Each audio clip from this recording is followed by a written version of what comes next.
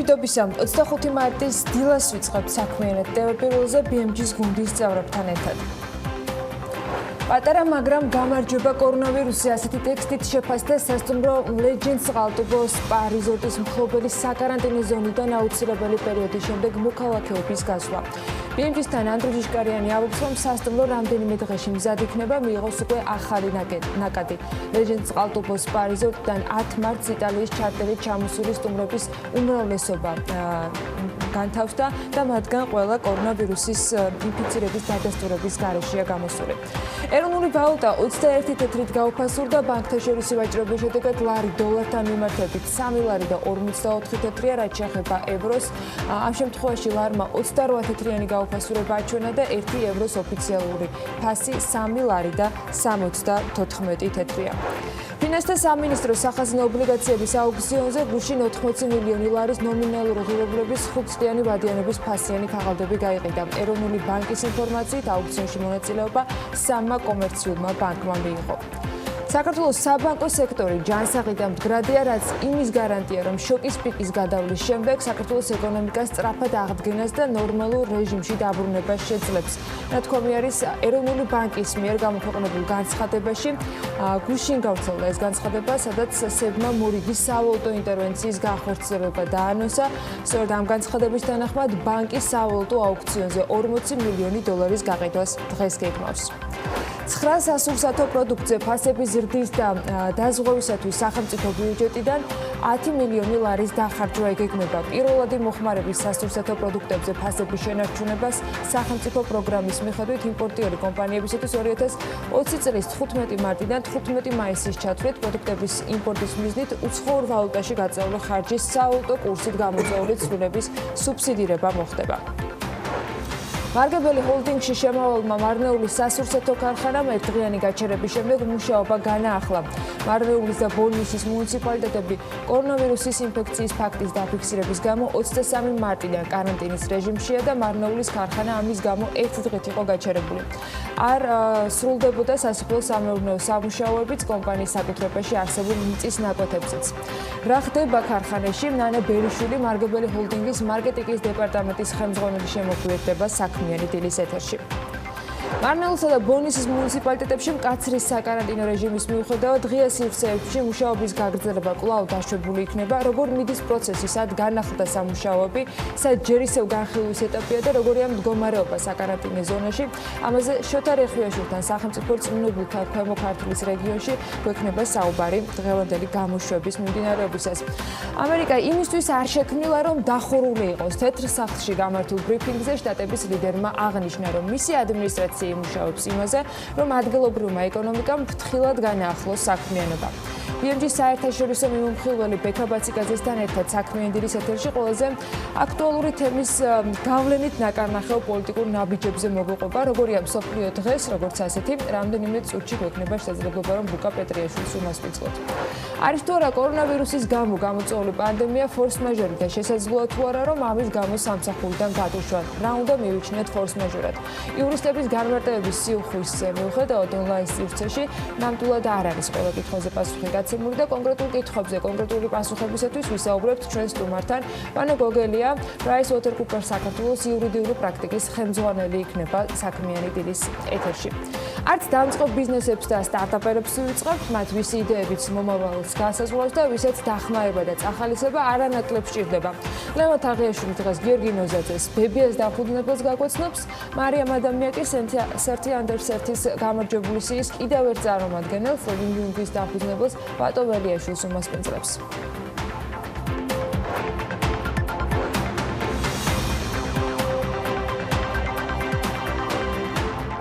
გამშვიდობისა საქმიანი დილის ეთერში ვიწყებთ. დღეს 25 მარტია და საინტერესო ამბები გვაქვს თქვენთვის მომზადებული. ყველას მოგესალმებით. ანა ლაპიაშვილთან ერთად წარმოგიდგენთ ტრადიციულად ჩვენ საქმიან დილას. დილა უნდა იყოს საქმიანი. ვიწყებთ ამ დღეებში ძალიან ბევრი გვექნება უკვე სასაუბრო ქართულ ეკონომიკასთან დაკავშირებით. ეროვნულ ვალუტაზეც, თუმცა დღეს ისევ გარემოებებზე გამომახვილებთ ძირითადად ყურადღებას. რის გამოც საკმაოდ რთულ ვითარებაში შედის მათ შორის ქართული ეკონომიკა, საიდანაც როგორც არაერთ გზის ითქვა, მინიმალური დანაკარგებით უნდა გამოვიდეთ. ნახოთ, სავალუტო ფონდის მმართველი დირექტორი კრისტალინა გიორგიევა საგანგებო თქვენ წარმოიდგინეთ, იქაც კი ტელეკონფერენციას აწყობს და ამ ტელეკონფერენციის შემდეგ, რომელიც მსოფლიოს 20 წამყვანი ქვეყნის ეროვნული ბანკის მმართველებთან და ფინანსთა მინისტრებთან შედგა, იგი ოფიციალურად აანონსებს უკვე მსოფლიო რეცესიას 2020 წელს. მისი შეფასება არის, რომ რეცესია იქნება არანაკლებ მძიმე, ვიდრე მსოფლიო ფინანსური კრიზისი, აქ იგულისხმება 2008 წლის მოვლენები, ხოლო გიორგიევას თქმით, უნდა მოვეზადოთ უარესი სცენარისთვისაც, აქამდე სავალუტო ფონდის მმართველი დირექტორი შემოიფარგლებოდა მსოფლიო ეკონომიკის ზრდის შემცირებით 2020 წელს 2.9%-მდე, რასაც ეკონომისტები მიიჩნევენ ზრდის უკიდურეს დაბალ ზღვრად, ეს ნიშნავს, რომ მსოფლიო ეკონომიკა ამ დროს არ იზრდება. სავალუტო ფონდში სიტყვა უკან არ მიაქვთ და ადასტურებენ, რომ 2021 წლისთვის შესაძლებელი აღდგენა მოხდეს, თუმცა დათქმა საკმაოდ მკაცრია, რამდენად ადეკვატურად და წარმატებით გაუმკლავდება მსოფლიო ჯანდაცვის სისტემა კორონავირუსს, რამდენად გამბედავი და წარმატებული იქნება იზოლირების ღონისძიებები და კრიზისთან გამკლავება. ეკონომიკური დარტყმები უკვე სახეზეა და ის იქნება მძიმე, თუმცა ეკონომიკის აღდგენის ღონისძიებები იქნება გაცილებით სწრაფი და ძლიერი, როგორც კი მოხდება კორონავირუსის შეჩერება, აცხადებს სავალუტო ფონდის ხელმძღვანელი. განვითარებული ქვეყნები კრიზისს გაცილებით იოლად გაივლიან, ვიდრე განვითარებადი, ბაზრებიდან კაპიტალის გადინებამ უკვე საკმაოდ რეკორდული 83 მილიარდი შეადგინა. სავალუტო ფონდი აპირებს ამას 1 ტრილიონიანი ფინანსური დახმარების პროგრამა გაუაქტიუროს და დაუპირისპიროს. ფონდს დახმარებისთვის მსოფლიოს 80 ქვეყანამ მიმართა, მათ შორის საქართველოც არის. სავალუტო ფონდი ასევე გააქტიურებს ნასესხობის სპეციალური უფლებების SDR-ზეა საუბარი. ეს არის თლიანი საერთაშორისო რეზერვების ნაწილი, რომელიც შექმნილია საერთაშორისო სავალუტო ფონდის მიერ და განაწილებულია წევრ ქვეყნებს შორის ოფიციალური რეზერვების სტატუსით, რომელიც ასევე მოითხოვეს უკვე ქვეყნებმა, ძირითადად დაბალი ან საშუალო შემოსავლის მოსახლეობის მქონე ქვეყნებმა. მე მგონი ჩვენც სადღაც აგვტრიალებთ ამ თემაშიც და მომთხოვნებშიც. რაც შეეხება ჩინეთს და ამერიკის შეერთებული შტატების ეკონომიკებს, რომელთაც განსაზღვრელი როლი აქვს მსოფლიო ეკონომიკის ფორმირებაში, ჯამში მათ თითქმის არასრული ნახევარი მოდის მსოფლიო ეკონომიკისა ამ ორ მეგა სახელმწიფოზე, დავიწყოთ ჩინეთიდან. მათ უპრეცედენტო, თუმცა ავტოკრატიისთვის დამახასიათებელი უმკაცრესი ზომები მიიღეს გავრცელებული ეპიდემიის ფონზე, შედეგით სახეზეა, უმრავლეს შემთხვევებში გავრცელების კერა აღარ არის ლოკალური და არის იმპორტირებული, ანუ შესული ჩინეთიდან გარე ქვეყნებიდან. თუ ავშთები 2 დღეა უკვე ადამიანებს მიეცათ თავისუფლება დატოვონ ჰუბეის პროვინცია, თუმცა უჰანის ბლოკადის მოხსნა, როგორც გუშინ Forbes-ზე ამოვეკითხე, 8 აპრილს იგეგმება. და მიუხედავად აი ესეთი რადიკალური და უმკაცრესი ზომებისა, ჩინეთს და მის ეკონომიკას ეს ყველაფერი ძალიან ძვირი დაუჯდება. ამას წინათ გამოვიდა უკვე ჩინეთის ეკონომიკის მიმოხილვა და ძირითადი პარამეტრები, სადაც საუბარია თითქმის 10%-იან კლებაზე ეკონომიკის პირველ კვარტალში და არანაირი პერსპექტივა ეკონომიკის ზრდისა არ არის მეორე კვარტალშიც. მსოფლიო ქვეყნების დიდმა ნაწილმა ნაკლები სიმძიმით და მეტი დემოკრატიულობით, მაგრამ მიბაძა ჩინურ გზას. ბრიტანელი ბორის ჯონსონი, რომელმაც რამდენჯერმე შეცვალა საჯარო დამოკიდებულება და ღონისძიებები კორონავირუსის წინააღმდეგ, საბოლოოდ დაადგა მძიმე საკარანტინო გზას და ფაქტია, რომ ქვეყნები, სადაც დისციპლინა არის მაღალი, ანუ დისციპლინა მაღალი, ისინი სწრაფად გამოდიან ვითარებიდან, რასაც ვერ ვიტყვით. უდარდელ იტალიაზე, რომელიც საკმაოდ რთულ და მძიმე დღეშია, სადაც ჯერჯერობით მხოლოდ პერიოდულად ისიც პოზიტიურდება სტატისტიკა, თუმცა ყოველდღიურად რამდენიმე ასეული ადამიანი კვლავ იღუპება. კორონა ფართებმა და ესეთმა რაღაცა აჩატებულმა დამოკიდებულებამ იტალიაში ვირუსის მიმართ სამწუხაროდ ესეთი შედეგები დადო. რაც შეეხება ამერიკას, ქვეყანა, სადაც მხოლოდ ეხლა იწყებს კორონავირუსი მომძლავრებას, ზუსტად წამოსვლის წინ მათ არხებს უსმენდით და სტატისტიკა უკვე არის უმძიმესი. ფაქტიური კონოტაცია კეთდება, რომ შეერთებული შტატები იქნება სულ მალე კორონავირუსის გავრცელების მორიგი კერა პლანეტაზე. აქ ჯონსონის სტილში ანალოგიური ლიდერი მხოლოდ ამერიკისა, რომელიც ასევე თავიდან საკმაოდ დამჭადებული დამოკიდებულება ჰქონდა COVID-19-ის მიმართ. ამჯერზე შტატები დაინფიცირებით მესამე ადგილზე არიან. თუმცა მგონია რომ გადააჭარბებენ ეს შედარებით უკვე მოძველებული სტატისტიკაა გუშინდელი შუადღის მდგომარეობით 40,000 და 500-ზე მეტი. დღის მდგომარეობით საუბარია თითქმის 700-მდე გარდაცვლილზე შეერთებულ შტატებში. და იგი კორონავირუსის გავრცელების ტემპით მსოფლიოში პირველია. ხო და პრეზიდენტი ტრამპი ამბობს, რომ ეს ქვეყანა იმისთვის არაშენებულაა, რომ დაიხუროს ვირუსის გამო და ხა არ ვიცი რამდენად შეუთანხმდა მან ეს ყველაფერი მელანია ტრამპს, მე პირადად დილიდან შუადღეს და საღამოს ვათანხმებდი მელანია ტრამპთან ყველაფერს. განა იმიტომ რომ მე გონიერს დააბრუნებდა უკანა. უბრალოდ ვათანხმებდი, ხო და იქნება ათანხმებს კიდევაც, რადგან გეგმავს აი ამ დაწესებული შეზღუდვების მოხსნას. აქაც საღდგომოთ არის საუბარი ამ ყველაფრის მოხსნაზე. ეს საკმაოდ მძიმე გადაწყვეტილებად გამოიყურება ეპიდემიოლოგიური თვალსაზრისით. It should be flexible, ეს პასუხი აქვს ამერიკელ ამირანგამყრელიძეს ამ თემაზე, ბატონ ანტონიო ფაუჩის. არ ვიცი, ასე წერს ყოველ შემთხვევაში New York Times-ი, რომელიც განსაკუთრებულად ხوارობს პრეზიდენტ ტრამპს და არც ის რჩება ვალში.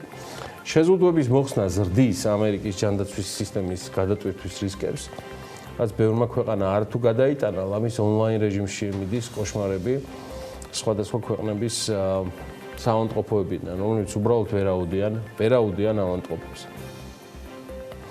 საერთაშორისო ფინანსების ინსტიტუტმა გამოაქვეყნა და გაუარესა იდეაში პროგნოზი მსოფლიო რეცესიასთან დაკავშირებით. 2020-ში ელოდება მსოფლიო ეკონომიკის 1.5%-ით შემცირებას და 3.3%-ით ამცირებს, ანუ მინუსში გადაყავს მსოფლიო ეკონომიკა და აქ არ არის გათვალისწინებული განვითარებული ქვეყნების ეკონომიკები, განსაკუთრებით ჩინეთი. რაც შეეხება განვითარებად ქვეყნებს, ამ პროგნოზით მათი ზრდა იქნება 0. მსოფლიოს ქვეყნების თითქმის ყველა ეკონომიკებს აზანზარებს და ყველა ქვეყნების მთავარი მოქმედი პირები ცხადია რჩებიან ჯანდაცვის პირველი და ბოლო პირები. ისინი არიან ახლა ფრონტის წინა ხაზზე. ყველაფერი მანთხელთ არის. თუმცა პერიოდულად მსოფლიო პრესა აქცევს უკვე ყურადღებას ძალიან მძიმე ეკონომიკურ ვითარებას და ჩნდებიან სხვა გმირებიც. მოსაზრებებთან ერთად მით უმეტეს ვითარება საკმაოდ რთული იყო ბირჟებზე, სადაც გარკვეული გამოცოცხლება იგრძნობა ბოლო 36 საათის განმავლობაში. მაგალითად ამ ბირჟებზე რაც კი იყო მონაგარი, რითაც ამაყობდა მელანია ტრამპის მეუღლე და ის მართლაც რეკორდული მონაგარი იყო ბირჟებზე, რამდენიმე დღეში გააცამტვერა, გაანულა, როგორც კი მოგჭამა კორონავირუსმა. და მისმა დამანგრეველმა ეფექტმა. რა ხდება საქართველოში და რა ვითარებას და მოქმედება გვაქვს? აფრით განსხვავებული რისი განჭვრეტაც არ შეიძლებოდა ადრევე, ლარს ატორტმანებს სრულიად გასაგები მიზეზების გამო. ოღონდ თუ რამდენიმე იმპორტიორს არ ჩავთვლით, ის რა მაინტერესებს? აი ამ ლარს, მაგალითად რომ ახურდავებთ და თქვათ ახურდავებთ დოლარზე, ან გნებავთ ევროზე, ან არ ვიცი, რაზეც გინდათ. აი ამას რატო აკეთებთ? ბირჟებზე ვაჭრობთ, ადევნებთ თვალყურს რაღაცას, მილანში ხარ წასასვლელი შოპინგზე, თუ სტამბულის ხიდზე აპირებთ სეირნობას დღეს ან შემდეგ კვირაში ან ორში. მე მართლა არ მესმის არაფრით. საქართველოს ეროვნული ბანკი დღეს კიდევ ერთ სავალუტო ინტერვენციას განახორციელებს. ეს იქნება დაახლოებით 40 მილიონი დოლარი. ამის შესახებ საქართველოს ეროვნული ბანკის მიერ გამოქვეყნებულ განცხადებაში არის ნათქვამი, რომ კორონავირუსით გამოწვეული შოკი და პანდემიის მომავალი განვითარების და საქართველოს ეკონომიკაზე მისი გავლენის მოლოდინები ბოლო დღეების განმავლობაში სავალუტო ბაზარზე გაზრდილ მერყეობაშიც არის ასახული. უცხოური ვალუტის მიწოდების მხარდასაჭერად ეროვნულმა ბანკმა უკვე განახორციელა 2 ინტერვენცია, საერთო ჯამში ეს იყო 60 მილიონი დოლარი და ამავე დროს როგორც ცნობილია, წინა წლებში ხორციელდებოდა საკმაოდ ვარსკვლავსა აქტიური რეზერვების დაგროვება მნიშვნელოვანია, რომ ეკონომიკურ გამოწვევებს საქართველოს ფინანსური სისტემა ხდება მომზადებული. თავის განცხადებაში ამას გვიმეორებს და გვახსენებს მთავარი რეგულატორი, რომ საბანკო სექტორი ჯანსაღი და მდგრადია, რაც იმის გარანტიაა, რომ შოკის პიკის გადავლის შემდგომი საქართველოს ეკონომიკას სწრაფად აღდგენას და ნორმალურ რეჟიმში დაბრუნებას შეძლებს. შეგახსენებთ, რომ გუშინ ლარი შედარებით სწრაფი ტემპით უფასურდებოდა. ბლუმბერგის სავაჭრო სისტემაში 1 დოლარი 3 ლარი და 48 თეთრად ივაჭრებოდა და ესეც დარჩა ოფიციალური კურსითაც, აი საღამოსკენ ევროსფასი კი 3 ლარი და 70 თეთრი იყო.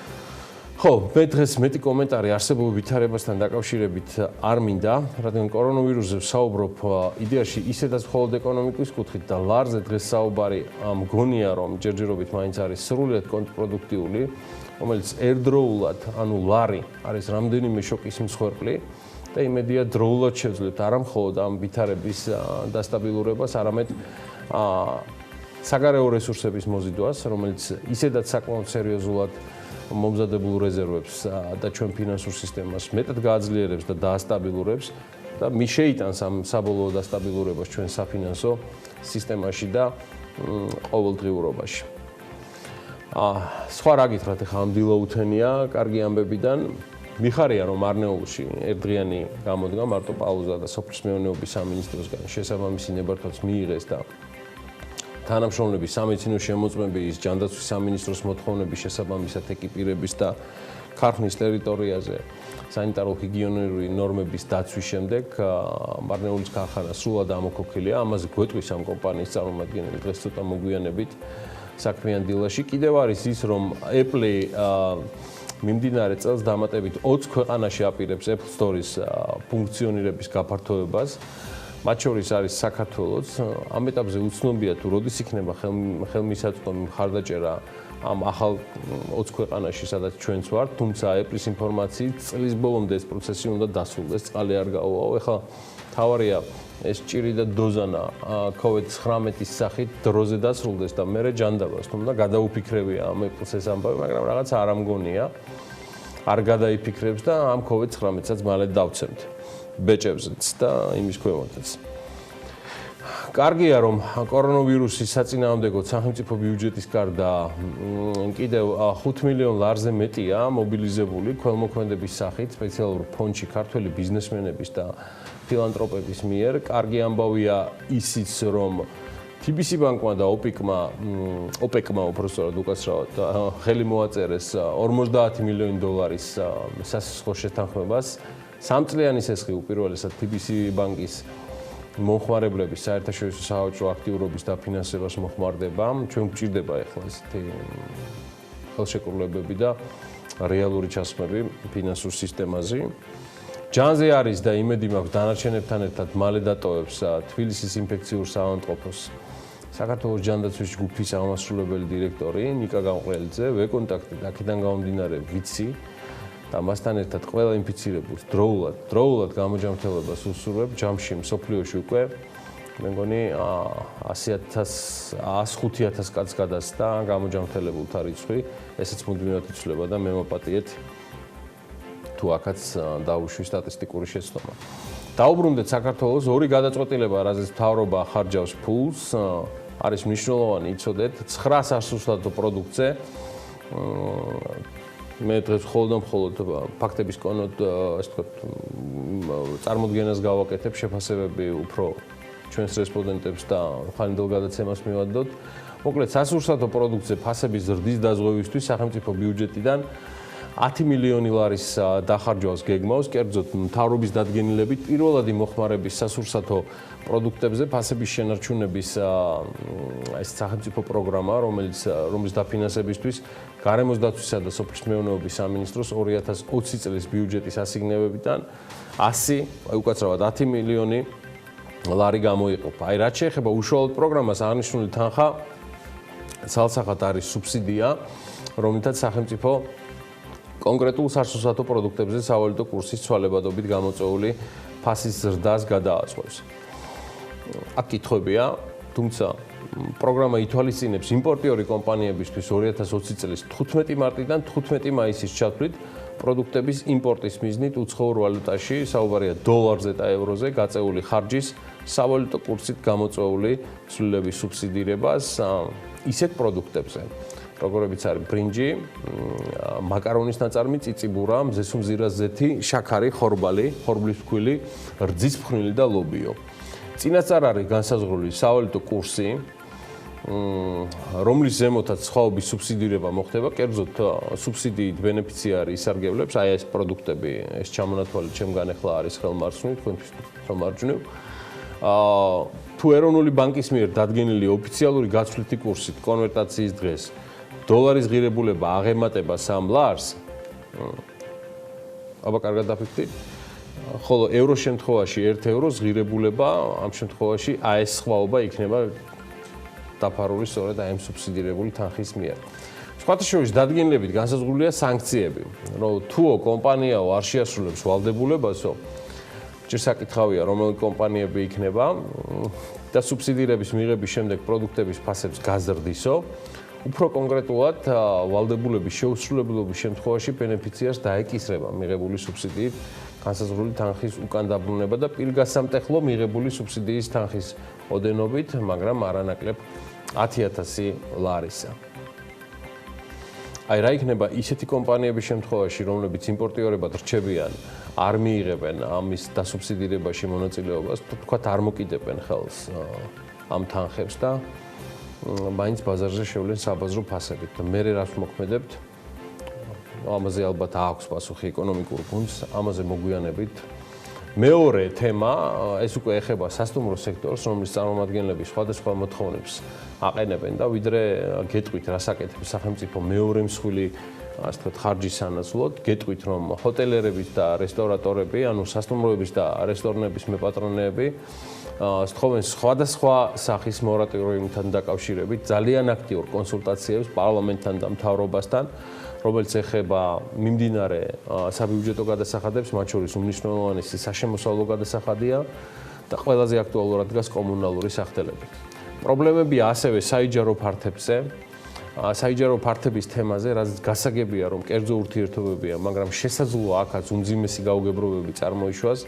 ამ ინდუსტრიებს სჭირდება კონსულტაციები შემოსავლების სამსახურთან, ფინანსთა სამინისტროსთან, ცხადია ერთად, მიმდინარე დაბეგვრებთან დაკავშირებით, რომელიც არა მხოლოდ იჯარიდან მომდინარე წარმოიშვება, არამედ აქვს სხვა ტიპის მიმდინარე საკითხები და კითხვები.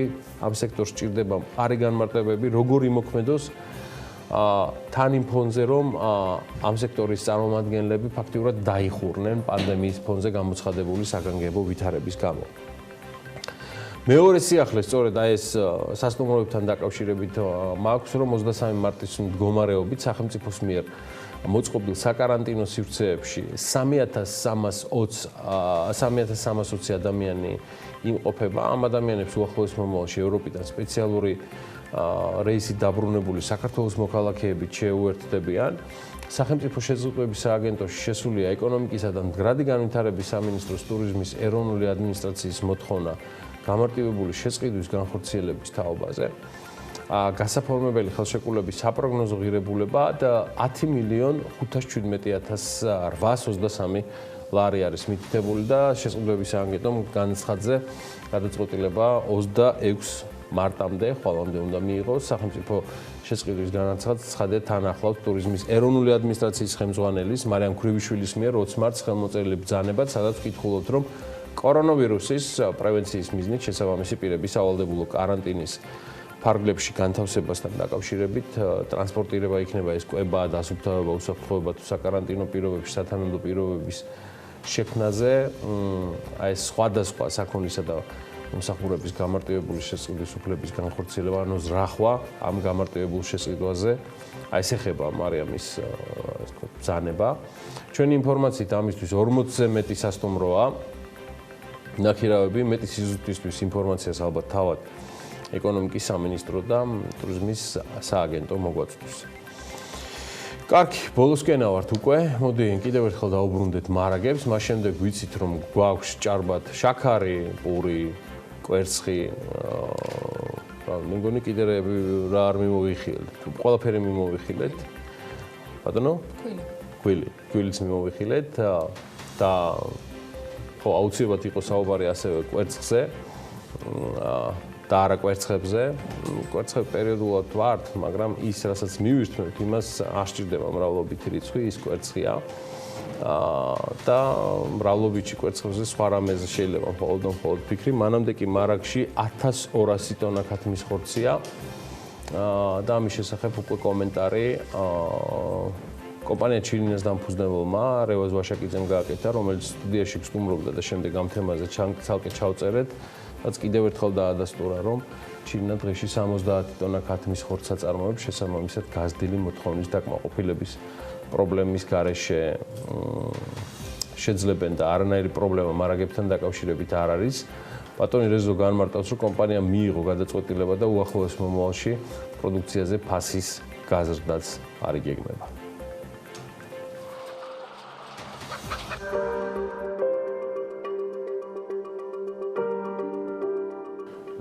რაც შეეხება იმ მარაგებს, რომელიც ჩვენგა დაახლოებით 1200 ტონა ქათმის ხორცი გვაქვს იმაში მაცივარში.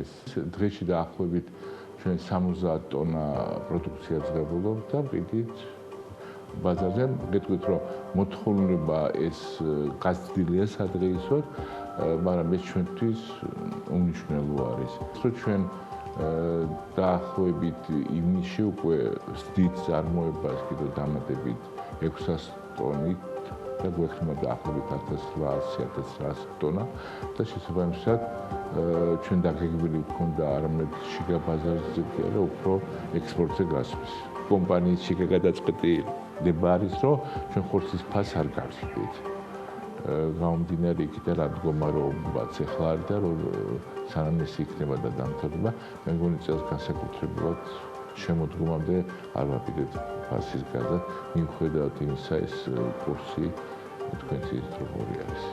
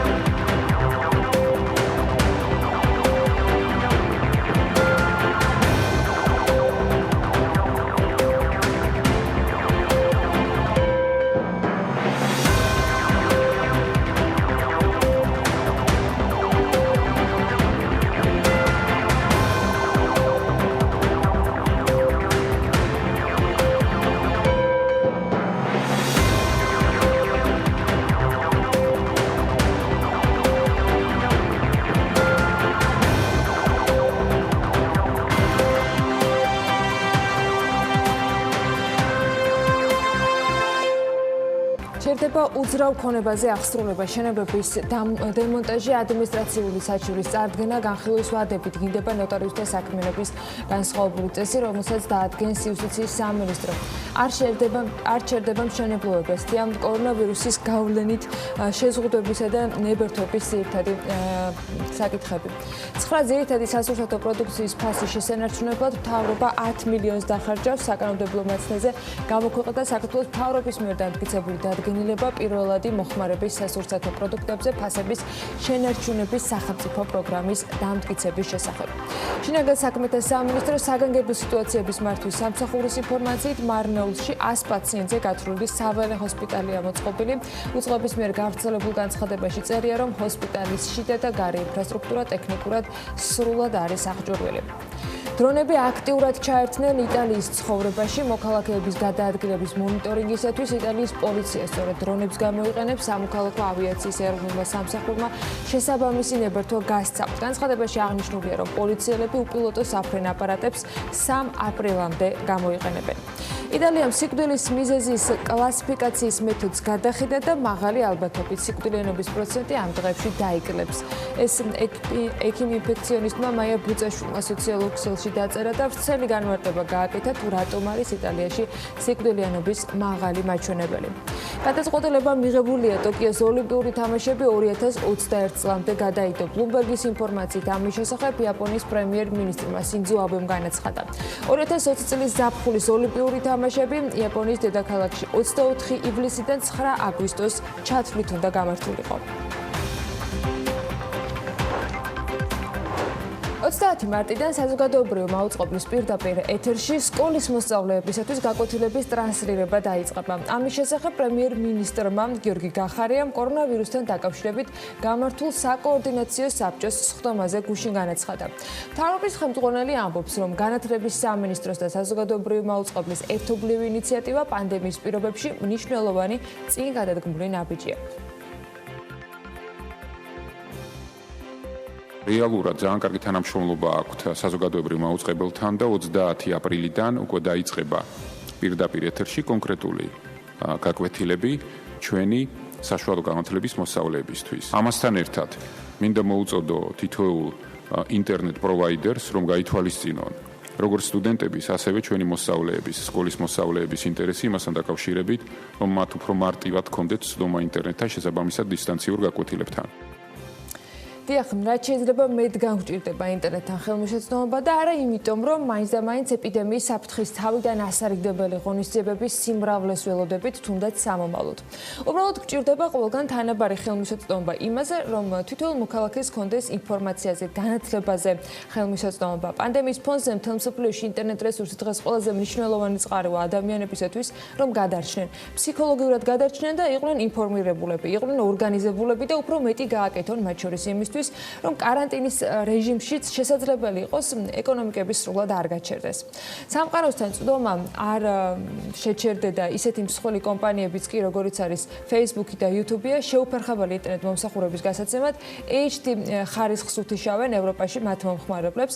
სხვადასხვა ეს გადაწყვეტილება პლატფორმებმა მას შემდეგ მიიღეს, რაც გავრცელდა ცნობა, რომ მოთხოვნის მკვეთრად გაზრდის გამო ევროპაში შესაძლოა ინტერნეტის მიწოდება შეწყვეტილიყო. ამ ინფორმაციის გავრცელების შემდეგ ევროპის ქვეყნების ლიდერებმა პლატფორმებსა და სატელევიზიო არხების ხარისხის შემცირებისაკენ მოუწოდეს YouTube-ის ოფიციალური განცხადების მიხედვით კი პლატფორმაზე ვიდეოების ნახვა ამ დროისათვის მხოლოდ საშუალო ხარისხით არის დასაშვები. Facebook-ისა და YouTube-ის გარდა სხვადასხვა მსგავსი ზომები Amazon-მა, Apple TV-მ, Disney Plus-მა და Netflix-მაც მიიღეს. ყველა აკეთებს იმას, რაც შეუძლია. ყველა პასუხისმგებლიანი ბიზნესი თავისი წვლილის შეტანას ცდილობს რთული გამოწვევის წინაშე მყოფი ადამიანების დასახმარებლად და დახმარება მხოლოდ ფულადი დონაცია ნამდვილად არ არის. პირველ რიგში იმ მოვალეობის და ვალდებულების გააზრება, რაც როგორც კომპანიას მომხმარებლის წინაშე თითოეულ მათგანს აქვს აღებული. კორონავირუსი არის გამოწვევა მთელი მსოფლიოსათვის და ახლა ყველა რესურსი სწორედ მის წინააღმდეგ უნდა იყოს მიმართული.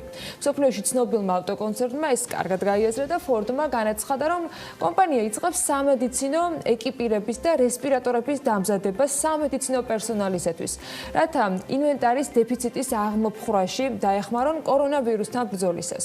Ford-ის განცხადებით, კომპანია რესპირატორებს და სამედიცინო დანიშნულების ვენტილატორებს, რომლებიც კორონავირუსით ინფიცირებული პაციენტების სამკურნალოდ გამოიყენება, კომპანია 3M-თან და G Healthcare-თან ერთად თანამშრომლობით მიჩიგანში განთავსებულ საწარმოში დაამზადებს. Ford რესპირატორების წარმოებაში გამოიყენებს 3D ბეჭდას, რომლის მეშვეობითაც შექმნის სპეციალურ ნიღბებს, რაც სამედიცინო პერსონალს დაიცავს ბაქტერიებისაგან. ეს ნიღბები დეტროიტის საავადმყოფოში დაიტესტა და Ford-ის განცხადებით კომპანია საწყის ეტაპზე თვეში დაახლოებით 1000 ნიღაბს შექმნის, მაგრამ სურვილი აქვთ, რომ გაზარდონ წარმოება თან რაც შეიძლება მალე. სამედიცინო ვენტილატორებისა და რესპირატორების წარმოებაზე გასულ კვირას სხვადასხვა General Motors-მა და Tesla-მაც განაცხადეს. ძვირად ღირებული სარქოლების ჩანაცვლებაზე მუშაობენ საქართველოშიც. Edison G სამედიცინო სარქოლების რეპლიკის პროექტზე მუშაობს და როგორც გავარკვიეთ, ეს პროექტი ძვირად ღირებული სარქოლების ჩანაცვლებას მოიაზრებს, რაც ექსტრემალურ სიტუაციაში, მათ შორის კორონავირუსით ინფიცირებული ადამიანების დახმარების თვალსაზრისით შეიძლება საკმაოდ მნიშვნელოვანი საშუალებაც აღმოჩნდეს. Edison G-ის დამფუძნებელი გივი ბერიძე BMG-თან საუბრისას განმარტავს, რომ ეს იდეა იტალიაში განხორციელებული პრეცედენტის შედეგად გაჩნდა. ამ ეტაპზე კომპანიის წარმომადგენლებმა დაიჭირეს თადარიგი და სარქოლების რეპლიკების სხვადასხვაგვარ ვარიაციაზე დაიწყეს მუშაობა. სამომავლოდ კი უკვე საჭიროებისამებრ ელოდებიან ეხმაურებიან გამოხმაურებას. ძვირადღირებული საშუალების ჩანაცვლების თვალსაზრისით კომპანიის დაფუძნებელი პრობლემას არ გამორიცხავს, თუმცა აღნიშნავს, რომ ამ შემთხვევაში საქმე ადამიანების სიცოცხლეს ეხება, რაც მეტად პრიორიტეტულია და სწორედ აქედან გამომდინარე გეგმავენ, რომ დაიწყონ ის იმ იდეის განხორციელება, რომელიც მათ გაუჩნდათ. თავად ედისონჯი დაახლოებით 2 წელია, რაც ქართულ ბაზარზე არსებობს და მისი საქმიანობა ძირითადად მაღალ ტექნოლოგიური მოწყობილობების შექმნას უკავშირდება.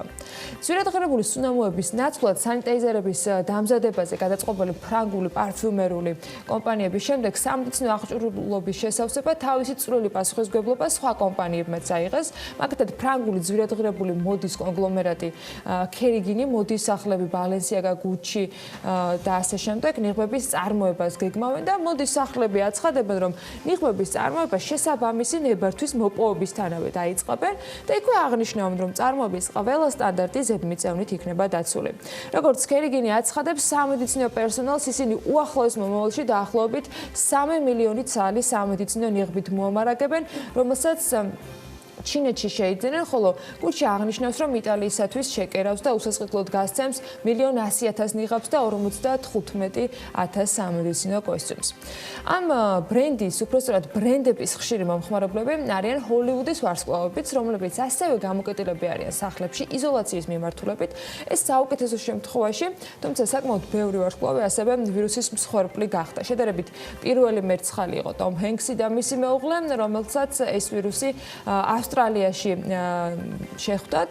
ბოლო ამბებიდან კი პლასიდო დომინგო არის ლეგენდარულ ტენორს ასევე დაუდგინდა კორონავირუსი. მის და სხვების გამხნევებისათვის, საკუთარი თავის გამხნევებისათვისაც დისტანციურად ერთმანეთს და მსოფლიოს ვარსკვლავები ეხმაურებიან.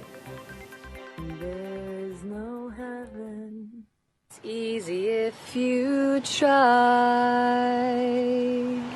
No hell below us. Above us only sky. Imagine all the people Living for today. You may say that I'm a dreamer, But I'm not the only one. I hope someday you will join us and the world will live as one. No need for greed and hunger. sharing all the world. But I'm not the only one. I hope someday you'll join us and the world will be as one. ასე აბა ყველგან ჩვენ სახლებში და პლანშეტებში, მობილურებში, ტელევიზორებში და კომპიუტერებში და ვიდრე მოდის ეს სახლები ცნობილი ბრენდები თუ პირბადეებს კერავენ, იქამდე უმსხვილესი H&M-ი დასაცმლის მაღაზიათა ქსელი აცხადებს, რომ კორონავირუსის გამო 10,000 სამუშაო ადგილი დროებით შემცირდება მთელი მსოფლიოს მასშტაბით. მაღაზიების დახურვის შედეგად უამრავი ადამიანი დროებით უმუშევარი რჩება. კომპანიაში თქვენს, რომ გაყიდვების მკვეთრი შემცირების გამო ბიზნესის გადახედვას გეგმავენ და ხარჯების შემცირების გზებს ეძებენ. H&M-ში მოიაზრებენ ცალკეული პოზიციების გაუქმებასაც. შვედურ კომპანიაში ისიც თქვენს, რომ შექმნილი ვითარების გამო დივიდენდებთან დაკავშირებული გეგმები გაუქმებულია. ახლა ისევ ჩვენებურ ამბებს უნდა დავუბრუნდეთ და ნახაურ სიახლეებს რაც შეეხება, ჯერ ცხადია, რომ ბალენსიაგას ცნობადობა არ აქვთ, მაგრამ ინფექციის გავრცელების წინააღმდეგ აუცილებელი იარაღის სადეზინფექციო საშუალებების წარმოება უკვე დაიწყეს. რუისპირის ბიოდინამიურ მეურნეობაში, სადაც გიორგი ალდაშვილის ინფორმაციით პირბადეებსაც კერავენ. რა თქმა უნდა, სამკერვალო ფაბრიკებს წარმოდობით ვერ დაეწევიან, მაგრამ ბიზნესმა დღევანდელ საჭიროებაზე ადაპტირების ძალიან კარგი მაგალითი აჩვენა. ამით დასაქმებულების გაშვება არ მოუწევს და საომავლოდ შესაძლოა არის ახალი პროდუქტის წარმოებასაც ჩაეყაროს საფუძველი მის მეურნეობაში. როგორც ალდაშვილი ამბობს, სადეზინფექციო ხსნარებისა და პირბადების წარმოების დაწყებისათვის სამედიცინო სფეროს წარმომადგენლებთან ჰქონდა კონსულტაციები და პირველი წარმოება მისივე განმარტებით მცირე რაოდენობით დაიწყო. თავდაპირველად თანამშრომლები თანამშრომლებისათვის დავიწყეთ ამის წარმოება, თუმცა შემდგომში გავიარე კონსულტაციები სამედიცინო სფეროს წარმომადგენლებთან და ჩვენი წარმოების 85 გრადუსიანი სპირტი, წყალბადი ზეჟანგი, გვირილის ნაყინი და თაფლი დასარბილებლად დავამზადეთ სადეზინფექციო სითხე.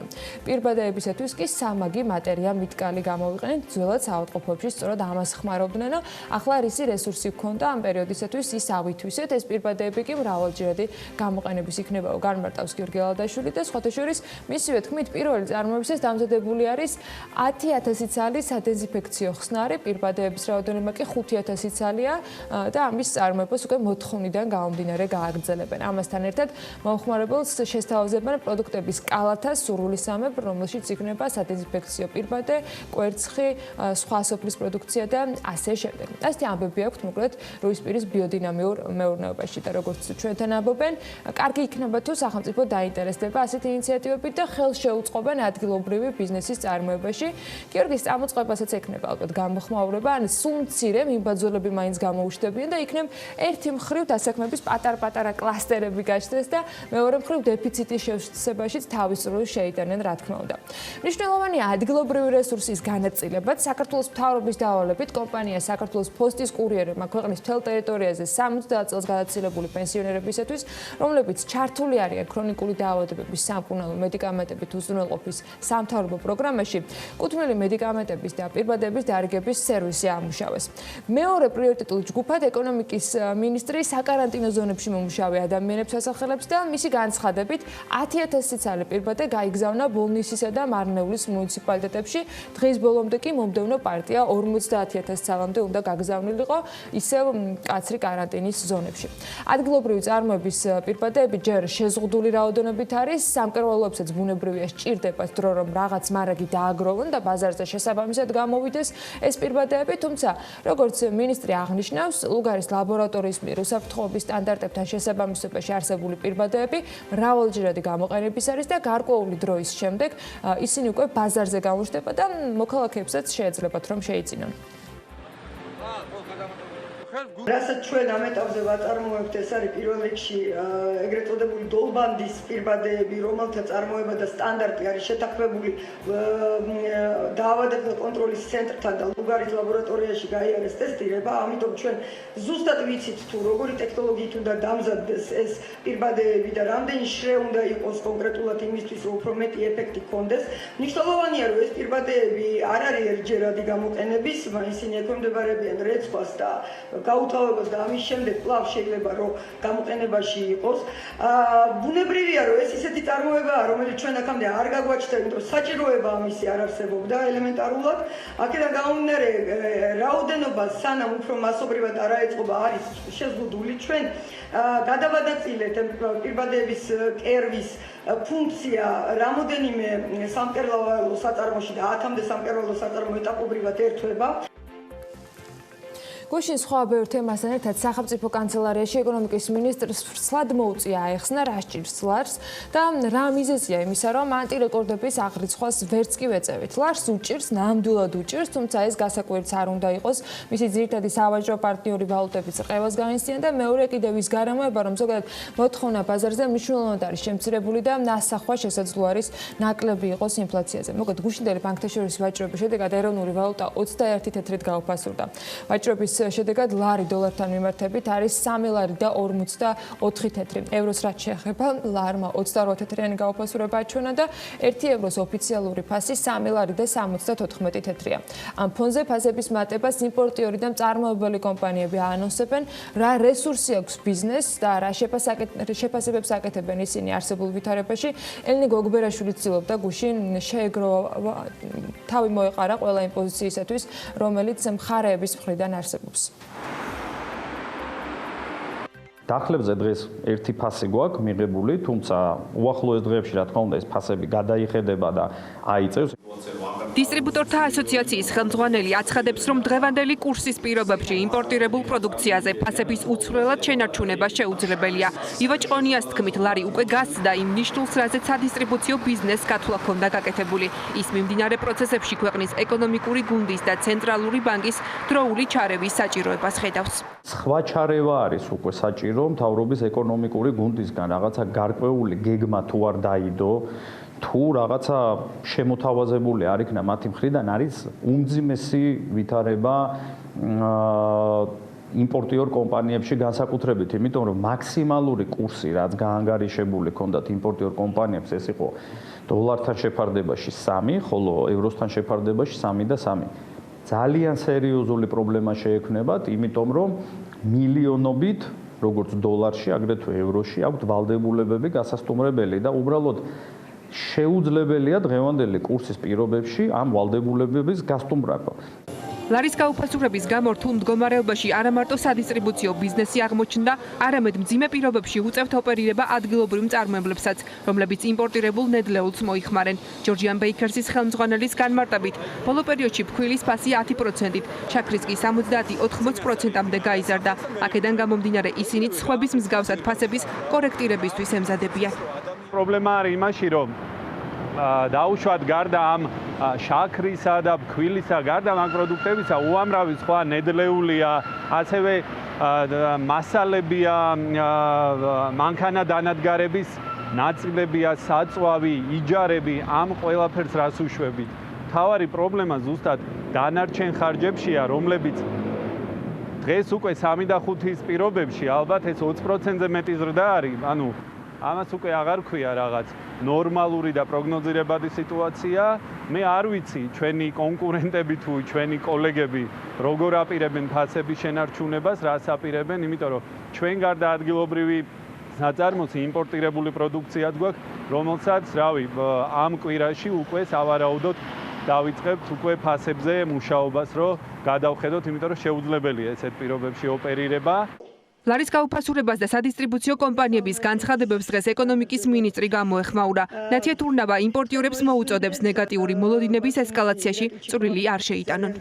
რა თქმა უნდა, რთულია რომ ჩვენ უკან წავივიყვანოთ ამ ეტაპზე ეს ასე ვთქვათ დინამიკა და დაუბრუნოთ თუნდაც 1 თვის და 2 თვის წინანდელ ნიშნულს და გახსოვთ რომ რამდენად ჯანსაღად იქცეოდა ლარი მაშინ, მაგრამ გარკვეულ შემაკავებელ ეფექტს ეროვნული ბანკის სტრატეგიაც ამ შემთხვევაში იქონიებს და ზრდის ტემპი იქნება იმაზე ნაკლები, ვიდრე იქნებოდა ამის გარეშე. ჩვენ მომავალშიც ვიზრუნებთ იმაზე, რომ ზემოქმედება ლარის კურსის ცვლილებებიდან გამომდინარე იყოს შერბილებული და ამიტომ იმპორტიორებს მე ასევე მოუწოდებთ, რომ ნუ ვიჩქარებთ რაღაცა გაცხადებების გაკეთებას, იმიტომ რომ ძალიან მნიშვნელოვანია, რომ არ შევქმნათ იმაზე მეტი ნეგატიური მოლოდინები, რაც არის უკვე შექმნილი ობიექტური გარემოებიდან გამომდინარე, რომ ტურიზმი ასე ვთქვათ არ მუშაობს და ექსპორტი არის გართულებული, ეს არის გარკვეული ობიექტური საფუძველი, მაგრამ ამიზევით უკვე არის წმინდა წყლის ნეგატიური მოლოდინების ესკალაცია და ამაში თავის შენატანს ნუ გააკეთებენ, იმიტომ რომ ჩვენ ეკონომიკის მინისტრმა თქვა ისიც, რომ ეკონომიკური გუნდი და ეროვნული ბანკი სხვადასხვა ღონისძიებებს ატარებს, მათ შორის სოლიდური ინტერვენციები განხორციელდა დოლარის ბაზარზე.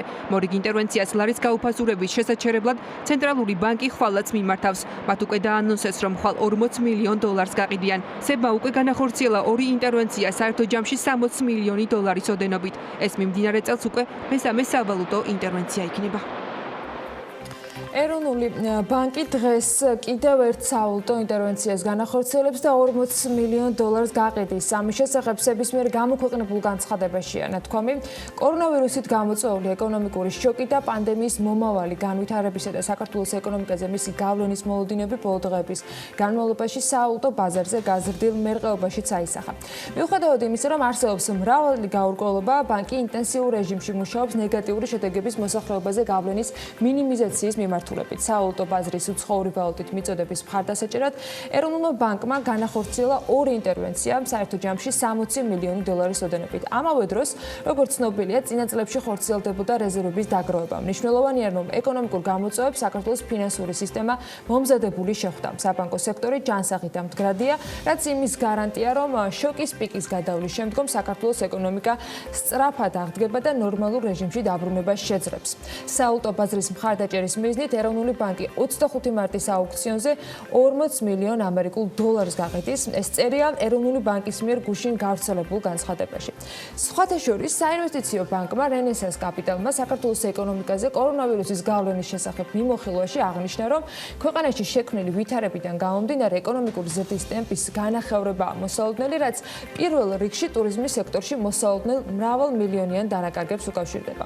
ამასთანავე რენესანს კაპიტალი აღნიშნავს იმასაც, რომ ქვეყნის საგადასახდელო ბალანსის შოკიდან გამომდინარე შესაძლოა ლარის გაცვლითი კურსი გაუფასურდეს. რასაც ხედავთ კიდეც. ბანკის პროგნოზის მიხედვით დოლართან მიმართებით ლარის გაცვლითი კურსის 3.4-ზე 3.5-ის ნიშნულამდე გაუფასურების შემთხვევაში მოსალოდნელი არის, რომ რეფინანსირების განაკვეთი 1.9% პუნქტით გაიზარდოს, ხოლო ეროვნული ბანკი თვეში დაახლოებით 80 მილიონის სავალუტო რეზერვების გაყიდვის წინაშე დადგება. მარტში სეფს უკვე 60 მილიონის ინტერვენცია აქვს განხორციელებული, დღეს შესაძლოა კიდევ 40-ის მოხდეს. საქართველოს ეროვნულმა ბანკმა 18 მარტს მიღებული გადაწყვეტილებით რეფინანსირების განაკვეთი უცვლელად 9%-ზე შეინარჩუნა და როგორც კაპიტალი აღნიშნავს, მათი შეფასებით ეს არის დაბალანსებული გადაწყვეტილება. იქიდან გამომდინარე, რომ საქართველოს საავტო შემოდინებების 15% ტურიზმიდან არის, საზღვრები კი უცხოეთის მოქალაქეებისთვის ჩაკეტილია. ეროვნული ბანკი რთული დილემის წინაშე აღმოჩნდა. საქმე იმაშია, რომ სახაზია როგორც ინფლაციის ზრდაზე, კერძოდ ლარის გაცვლითი კურსის 10%-იანი გაუფასურება, ასევე მის შემცირებაზე მოქმედი ფაქტორები. ჩვენი შეფასებით აღნიშნავს რენესანს კაპიტალი, იმ შემთხვევაში თუ ლარის გაცვლითი კურსი დოლართან მიმართებით იქნება 3.4-3.9 ფარგლებში, ეროვნული ბანკი რეფინანსირების განაკვეთს 1.9% პუნქტით გაამკაცრებს. ეს არის მიმოხილვაში მათი მხრიდან მითითებული. ქვეყანაში შექმნილი საავტო შოკიდან გამომდინარე, კი რენესანს კაპიტალი არც იმას გამორიცხავს, რომ საქართველოს ეროვნულმა ბანკმა მოქმედი კომერციული ბანკებისათვის უცხოური ვალუტის ლიკვიდობის გასაზრდელად 5% პუნქტით შემცირებაზე მიიღოს გადაწყვეტილება უცხოურ ვალუტაში მოზიდულ სახსრებზე მინიმალური სარეზერვო განაკვეთის ნაწილში და 20%-იან ნიშნულთან დააბრუნოს.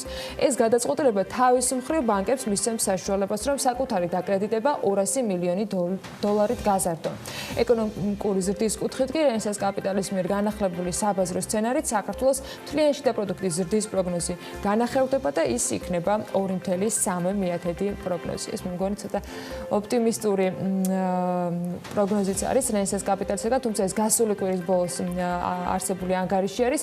ბანკის ზრდის შემცირების ძირითად წყარო ტურიზმის სექტორში მოსალოდნელ ვარდნას ასახელებს. ტურიზმის სექტორში არსებული დანაკლისიდან გამომდინარე ეკონომიკური ზრდა განახევდება და იქვე აღნიშნულია, რომ მათი მიერ მომზადებული განახლებული შეფასების მიხედვით, რომელიც ტურიზმის სექტორში არსებული ჩავარდნების ივნისამდე გაგრძელებას და 2020 წლის მესამე კვარტლიდან უკვე ამ მიმართულებით შედარებით გაუმჯობესებას ითვალისწინებს, ჯამურად საქართველოში ტურიზმის დაახლოებით 25%-ით შემცირებაა მოსალოდნელი. ეს კრება კი თავის მხრივ საქართველოს ეკონომიკური ზრდის შესახებ უკვე წარსულში გაკეთებულ მაჩვენებელს შეამცირებს. იყო წარსულში 4.8 და სავარაუდოა, რომ 2.3% იყოს პროგნოზი რენესანს კაპიტალისა. აი 2021 წელს რაც შეეხება მათი პროგნოზით მთლიანი შიდა პროდუქტის ზრდა სავარაუდოდ 6% უნდა იყოს. ჩვენს მიერ მომზადებული მეორე შესაძლო სცენარის მიხედვით კი საქართველოს ეკონომიკა რეცესიაში შევა, თუ ტურიზმის სექტორში არსებული ვითარება აგვისტოს სექტემბრამდე არ დაიწყებს გაუმჯობესებას. ამ სცენარის მიხედვით ეკონომიკა 2020 წელს 9.5%-ით შემცირდება და ანგარიშის დეფიციტის 12.5%-მდე გაზრდა გახდება საჭირო. ასევე მოსალოდნელი არის ლარის გაცვლითი კურსის მკვეთრი გაუფასურება. ამ შემთხვევაში ცენტრალური ბანკის მხრიდან უფრო დიდი მოცულობის საავტო ინტერვენციების განხორციელება მოხდება, ასევე რეფინანსირების განაკვეთის კიდევ უფრო მეტად გაზრდა, რასაც დეფლაცია და შემდგომში განაკვეთის 5%-მდე შემცირება მოყვება. ასეთი არის შეფასება რენესანს კაპიტალისაგან. უახლოეს დღეებში დეტალური პრეზენტაცია და გაანგარიშება პროგნოზებით, სცენარების მიხედვით უნდა განაახლონ TBC კაპიტალის და Galten Tagartes წარმომადგენლებას და რა თქმა უნდა მონაცემებს ჩვენც აუცილებლად გავაახლებთ მათთან ერთად. მომავლის იმედის მომატება რომ გჭირდება, ამაზე შევთანხმდით და ამისთვის მინდა გაიხსენოთ რამდენად რთული მდგომარეობა გადაიტანეთ ჩინეთმა, სადაც დღეს უკვე ეტაპობრივად ითოქებიან ჩინეთის ხელისუფლება ხუბეის პროვინციაში დაწესებულ კარანტინს, რომელიც 23 იანვრიდან მოქმედებდა, უკვე 25 მარტიდან აუქმებს. უხანში კი, რომელიც კორონავირუს COVID-19-ის გავრცელების წყარო გახდა, შეზღუდვები 8 აპრილს მოიხსნება. ეს ქვეყნის ჯანდაცვის სახელმწიფო კომიტეტის მიერ გავრცელებულ განცხადებაშია აღნიშნული. ამ დოკუმენტის თანახმად გადაწყვეტილება მიღებულია რეგიონში ეპიდვითარების გაუმჯობესების ფონზე. 25 მარტის 00 საათიდან, ანუ 24 საათიდან უხანის გარდა ხუბეის პროვინციაში გზებზე შეზღუდვები მოიხსნება. ადამიანები, რომლებიც ხუბეის პროვინციას დატოვებენ, გადაადგილებას ეგრეთ წოდებული ჯანმრთელობის კოდის საფუძველზე შეძლებენ. 8 აპრილს ასევე 00 საათიდან შეზღუდვა ქალაქ უხანშიც მოიხსნება, აღნიშნული არის განცხადებაში. მსოფლიოს დაახლოებით 2-3 თვე დასჭირდება, რომ ცხოვრების ჩვეულ რიტმს დაუბრუნდეს. ეს მსოფლიო ჯანდაცვის ორგანიზაციის ექსპერტმა დოქტორ ბრიუს ელვადმა განაცხადა. ექსპერტი, რომელსაც ებოლასთან და სხვა დაავადებებთან ბრძოლის 30 წლიანი გამოცდილება აქვს. ამ განცხადებას ჩინეთის მაგალითის საფუძველზე აკეთებს. Time-თან ინტერვიუში ის აღნიშნავს, რომ ნაკლებად სავარაუდოა, რომ კორონავირუსი სრულად გაუჩინარდეს, მაგრამ სპეციალისტები ამ ვირუსის მართვას ისწავლიან და შესაბამისად ამ ხელა მსხვერპლი არ იქნება. რაც შეეხება იტალიაში მაღალ სიკვდილიანობას, ის ასევე აღნიშნავს, რომ ეს იმან განაპირობა, რომ იტალია მსოფლიოში ერთ-ერთი ყველაზე უფრო ხანდაზმული ერია და შესაბამისად მსხვერპლიც მეტია. კორონავირუსისაგან თავის დაღწევის საუკეთესო გზა ამ ეტაპზე არის დაავადების სწრაფი ტესტირება და იზოლაცია.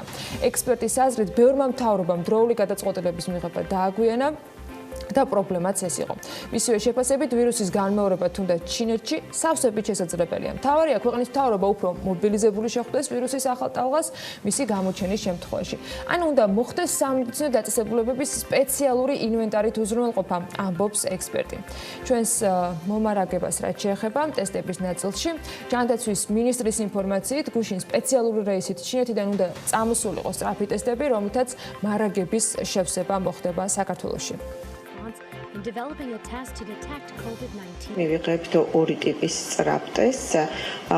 ერთ-ერთი ტესტი იქნება იმის მსგავსი, რომელიც უკვე საქართველოში გვაქვს და უბრალოდ მოხდება ჩვენი მარაგების კიდევ დამატებით შევსება და მეორე ტესტი არის სწრაფი ტესტი, რომელიც პირველ და მეორე დღეს აიდენტიფიცირებს ორგანიზმში ვირუსის არსებობას და შესაბამისად ჩვენი გეგმა არის შემდეგი, რომ იქ სადაც ჩვენ თვლით, რომ არის რისკი ეპიდემიური აფეთქების, დავიწყებთ იმ მოსახლეობის გამოკვლევას.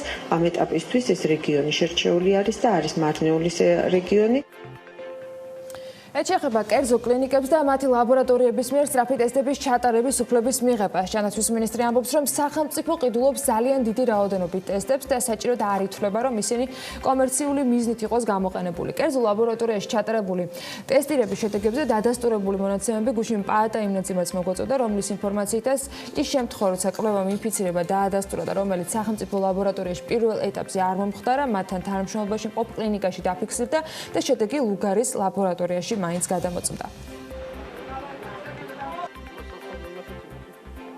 კერძო ლაბორატორია ეს ლაბორატორია არის იმ ლაბორატორიაზე, რომელიც ჩვენ უკვე რამდენი ხანია ხელს უწყობთ ამ ლაბორატორიას, რომ იფუნქციონიროს.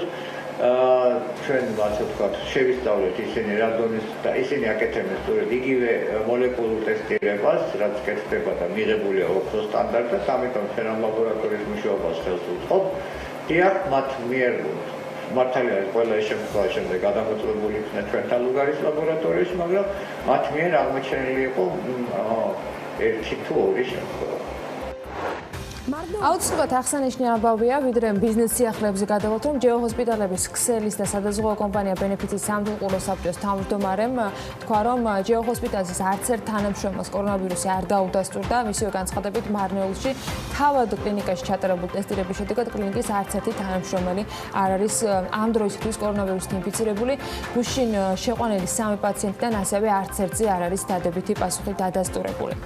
ბიზნეს ომბუდსმენის მიხეილ დაუშვილის ინფორმაციით, Stopco ფონდში ამ ეტაპზე 5 მილიონი ლარია აკუმულირებული. ჯანდაცვის მსოფლიო ორგანიზაცია კერძო კვლევით უნივერსიტეტზე ჯონ ჰოპკინსზე დაყრდნობით კორონავირუსის გავრცელების ბოლო გლობალურ მონაცემებში 102,600-მდე გამოჯანმრთელებულს აფიქსირებს. ღამიდან თბილისის ქუჩების სადეზინფექციო სამუშაოები დაიწყო, როგორც თბილისის მერი ამბობს, პროექტის განხორციელების პროცესში ჩართულია გარემოს დაცვის და სოფლის მეურნეობის სამინისტრო. ჯანდაცვის მინისტრის განცხადებით გეგმიური ოპერაციების გაკეთება 4 თვით გადაიდო, როგორც ეკატერინე ტიკარაძე ამბობს, გადაუდებელი ოპერაციები ჩატარდება და ეს რეჟიმი კორონავირუსის გავრცელების თავიდან არიდების ღონისძიებების ფარგლებში ხორციელდება. გეგმიურ ოპერაციებთან დაკავშირებით ჩვენ შევიტანეთ ცვლილება და იგეგმება 4 თვიან ჭრილში გეგმიური ოპერაციების გადავადება, მაგრამ არა სასწრაფო გადაუდებელი ოპერაციები, რა თქმა უნდა. ახალი კორონავირუსის შესაძლო გავრცელების აღკვეთის მიზნით გარემოს დაცვის და სოფლის მეურნეობის სამინისტროს სურსათის ეროვნული სააგენტო სპეციალიზებული ტექნიკა და სპეციალისტთა ჯგუფები თბილისსა და რეგიონებში სადეზინფექციო სამუშაოების განხორციელების პროცესში ერთვებიან. მინისტრმა აღნიშნა, რომ დედაქალაქში სადეზინფექციო სამუშაოებში 8 ერთეული სპეცტექნიკა ჩაერთვება და მისივე ინფორმაციით პირველი დამუშავება მთელ ქალაქში მოხდება, შემდეგ კი უკვე ხელის აპარატებით რეგულარულად ჩატარდება სამუშაოები. მისივე თქმით, საჭიროების შემთხვევაში სპეციალური ტექნიკით დეზინფექცია დეзინფექციის სამუშაოები გამეორდება.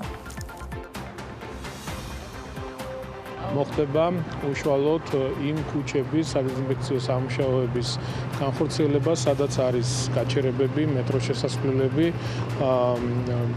რამოდენიმე დღის განმავლობაში გაგრძელდება ეს პროექტი. ამის შემდეგ უკვე ინდივიდუალურად დავიწყებთ უშუალოდ მხოლოდ გაჩერებების, მეტროს ჩასასვლელების სადეზინფექციო სამუშაოებს. კორონავირუსის პანდემიის ფონზე მსოფლიო მასშტაბით არაერთმა დაწესებულებამ შეაჩერა მუშაობა, დაიხურა სასტუმროებიც, რომლებმაც გავაქმებული ჯავშნების ფონზე ზარალის დათვლა დაიწყეს, მაგრამ ფაქტი ამისა, რომ მიუხედავად მსოფლიოში არსებული კრიზისული მდგომარეობისა, არსებობს მაგალითები იმ ორგანიზაციებისა თუ დაწესებულებებისა, რომლებიც კრიზისულ მდგომარეობაში პროცესების მართვას წარმატებულად ართმევენ თავს და მუშაობას აგრძელებენ. საქმიანი დილა სასტუმროს შერატონ გრანდ თბილისი მეტეხი პალას სტუმრობდა გუშინ, რომელიც ახლა ჩვეულ რეჟიმში აგრძელებს მუშაობას და ამისთვის უსაფრთხოების ნორმას იცავენ.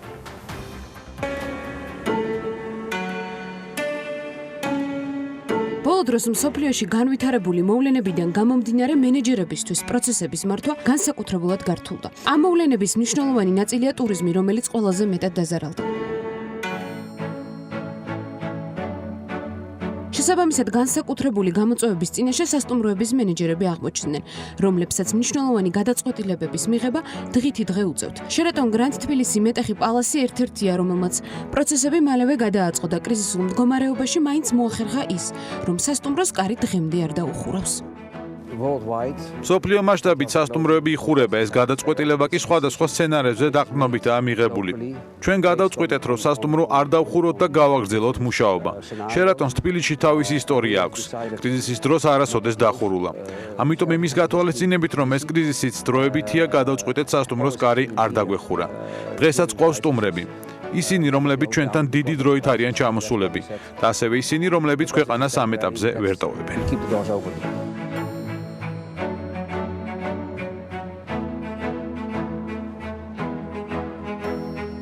შერატონ გრანდ თბილისი მეტეხი პალასი დღეს სტუმრები დატვირთული არ არის, რაც მსოფლიოში განვითარებული მოვლენებიდან გამომდინარე არც არავის უკურს, მაგრამ საინტერესოა ის, რომ ადგილზე სტუმრების შემცირების პარალელურად თანამშრომლები მაინც საქმიანობენ. სასტუმროში რეგულარულად ხორციელდება სადეზინფექციო სამუშაოები. მენეჯმენტმა კრიზისის მიუხედავად შიდა როტაციის გადაწყვეტილება მიიღო. შესაბამისად, თანამშრომლებმა ამ დროისთვის საჭირო სხვადასხვა მოვალეობები შეითავსეს. არ გაჩერდა მუშაობა და დაიწყო სამზადისი იმისთვის, რომ როცა მსოფლიოში კრიზისული პერიოდი ჩაივლის, სასტუმრო ამ ეტაპს მზად დახვდეს.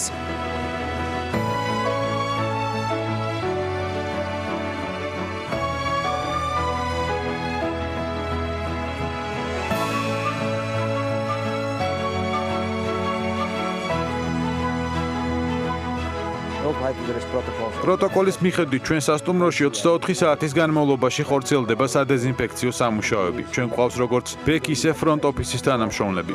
10 კაცი ერთდროულად არ არის ერთ სივრცეში. აღარ ვიკრიბებით, აღარ ტარდება ბრიფინგები.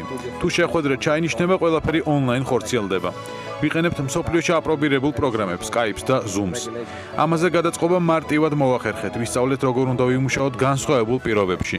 მიუხედავად იმისა, რომ სასტუმროს ბევრი სტუმარი არ ყავს, ჩვენ შევეცადეთ თანამშრომლების შენარჩუნებას და მივიღეთ შიდა როტაციის გადაწყვეტილება. გადავანაცვლეთ თანამშრომლების სხვადასხვა პოზიციებზე, იმ პოზიციებზე, რომელიც ახლა უფრო გვჭირდება. კრიზისის პერიოდში მენეჯმენტმა და მართვამ თავისი დადებითი ეფექტები მალევე აჩვენა. იმის მიუხედავად, რომ სასტუმროში ყველა რესტორანი და კვების ობიექტი დახურულია, სასტუმრომ ერთგული სტუმრებისთვის მიტანის სერვისიც გააქტიურა. ჩვენი ყველა რესტორანი ამ ეტაპზე დაკეტილია, ამიტომ ამ მომსახურების მისაღებად ადგილზე ფიზიკურად ვერ მოხვალთ. რა თქმა უნდა, სასტუმროს სტუმრები საკვებით უზრუნველყოფილები არიან, თუმცა თუ ადამიანებს ჩვენი რესტორნის 10 საკვების დაგემოვნების სურვილი აქვს, დღეიდან უკვე შესაძლებელი იქნება მისი ონლაინ შეკვეთა. ჩვენ კი შეკვეთას მათ ადგილზე სახლში მიუტანთ. ვფიქრობ, რომ ამ პერიოდში არის ძალიან ბევრი ისეთი რამ, რისი გაკეთების საშუალებაც არ გვაქვს, მაგრამ ახლა მნიშვნელოვანია ის თუ რისი სწავლა შეგვიძლია. ასე რომ ეს პერიოდი, როცა გადაივლის, ჩვენ შეგვეძლება იმ პროცესების, რაც ახლა ვისწავლეთ, კვლავინდებურად ჩვეულ რეჟიმში განხორციელება. კორონავირუსმა მსოფლიოს და მათ შორის საქართველოსაც საუკეთესოდ დაანახა, რომ ხშირად სწორედ ჩვენგან დამოუკიდებლად წარმოქმნილმა პროცესებმა მოულოდნელად შესაძლოა კრიზისამდე მიგვიყვანოს. ასე რომ ამ დროს აუცილებელია მაქსიმალურად ვიყოთ მზად, ვიყოთ პოზიტიურები და ვისწავლოთ კრიზისულ მდგომარეობაში ტემპის შენარჩუნება, ისე როგორც ამას დღემდე სასტუმროების ცნობილი ბრენდი შერატონი ახერხებს. იმ ფონზე, როცა მსოფლიოს უდიდეს ნაწილში იზოლაციაში მყოფ ადამიანთა რაოდენობა სულ უფრო მეტია და დახურული შოპინგის თუ მოდის ქალაქების ფონზე ყველგან ონლაინ სერვისების მიმართ გაიზარდა მოთხოვნა, რა ხდება საქართველოში.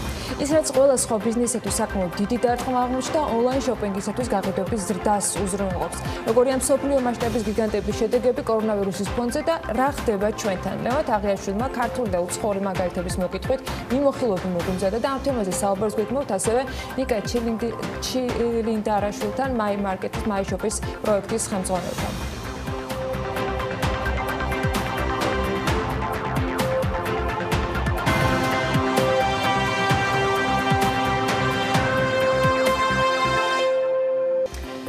ვაჭრობა კორონავირუსის გამო განსაკუთრებით ისეთ ვებგვერდებს დაეწყო, როგორც არის Amazon-ი. ის მთელი მსოფლიოს მასშტაბით ემსახურება მომხმარებელს 100,000 ახალ თანამშრომელს იმატებს და სრულად გადასულია 24 საათიან რეჟიმზე. საკმაოდ ემოციურიც გამოდგა ჯეფ ბეზოსის მიერ დაწერილი წერილი, რომელიც თანამშრომელს გაწეული სამსახურისათვის მადლობას უხდის. არც ტრამპი ჩამორჩა მოვლენებს და ამაგი მანაც დაუფას ამერიკელებს და არა მხოლოდ მათ. ლევან თაღიაშვილმა მოუმზადა სიუჟეტი Amazon-ის და სხვა გიგანტების გარშემო განვითარებული მოვლენების შესახებ COVID-19-ის გავრცელების ფონზე.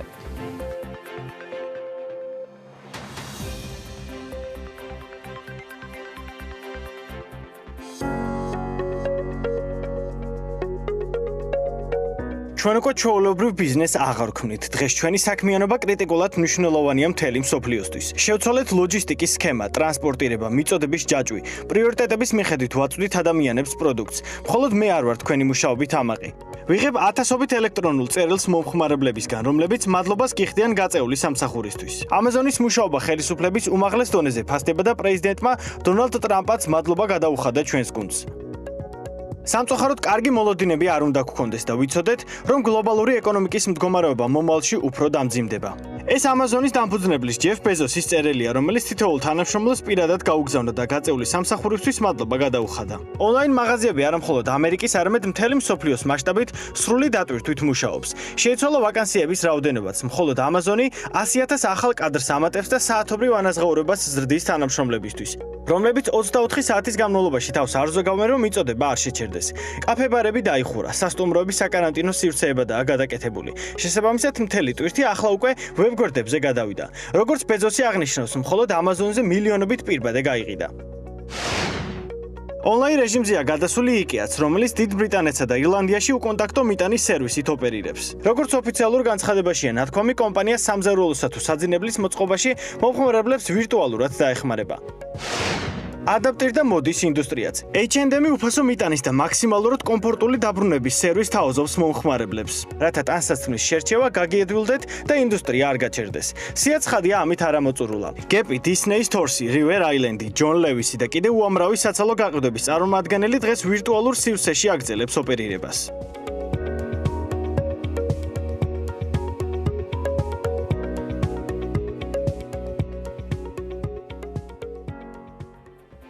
სიუჟეტის ავტორი ლევან თაღიაშვილი შემოგვერთება ახალ საქმიანი დილის ეთერში. შექმნილი ვითარების ფონზე ონლაინ მაღაზიებზე მოთხოვნა საგრძნობლად გაზრდილი არის და როგორც რესპონდენტები ამბობენ, სასურსათო პროდუქტებზე 5-6-ჯერაც კი მოიმატა მიმართვიანობა.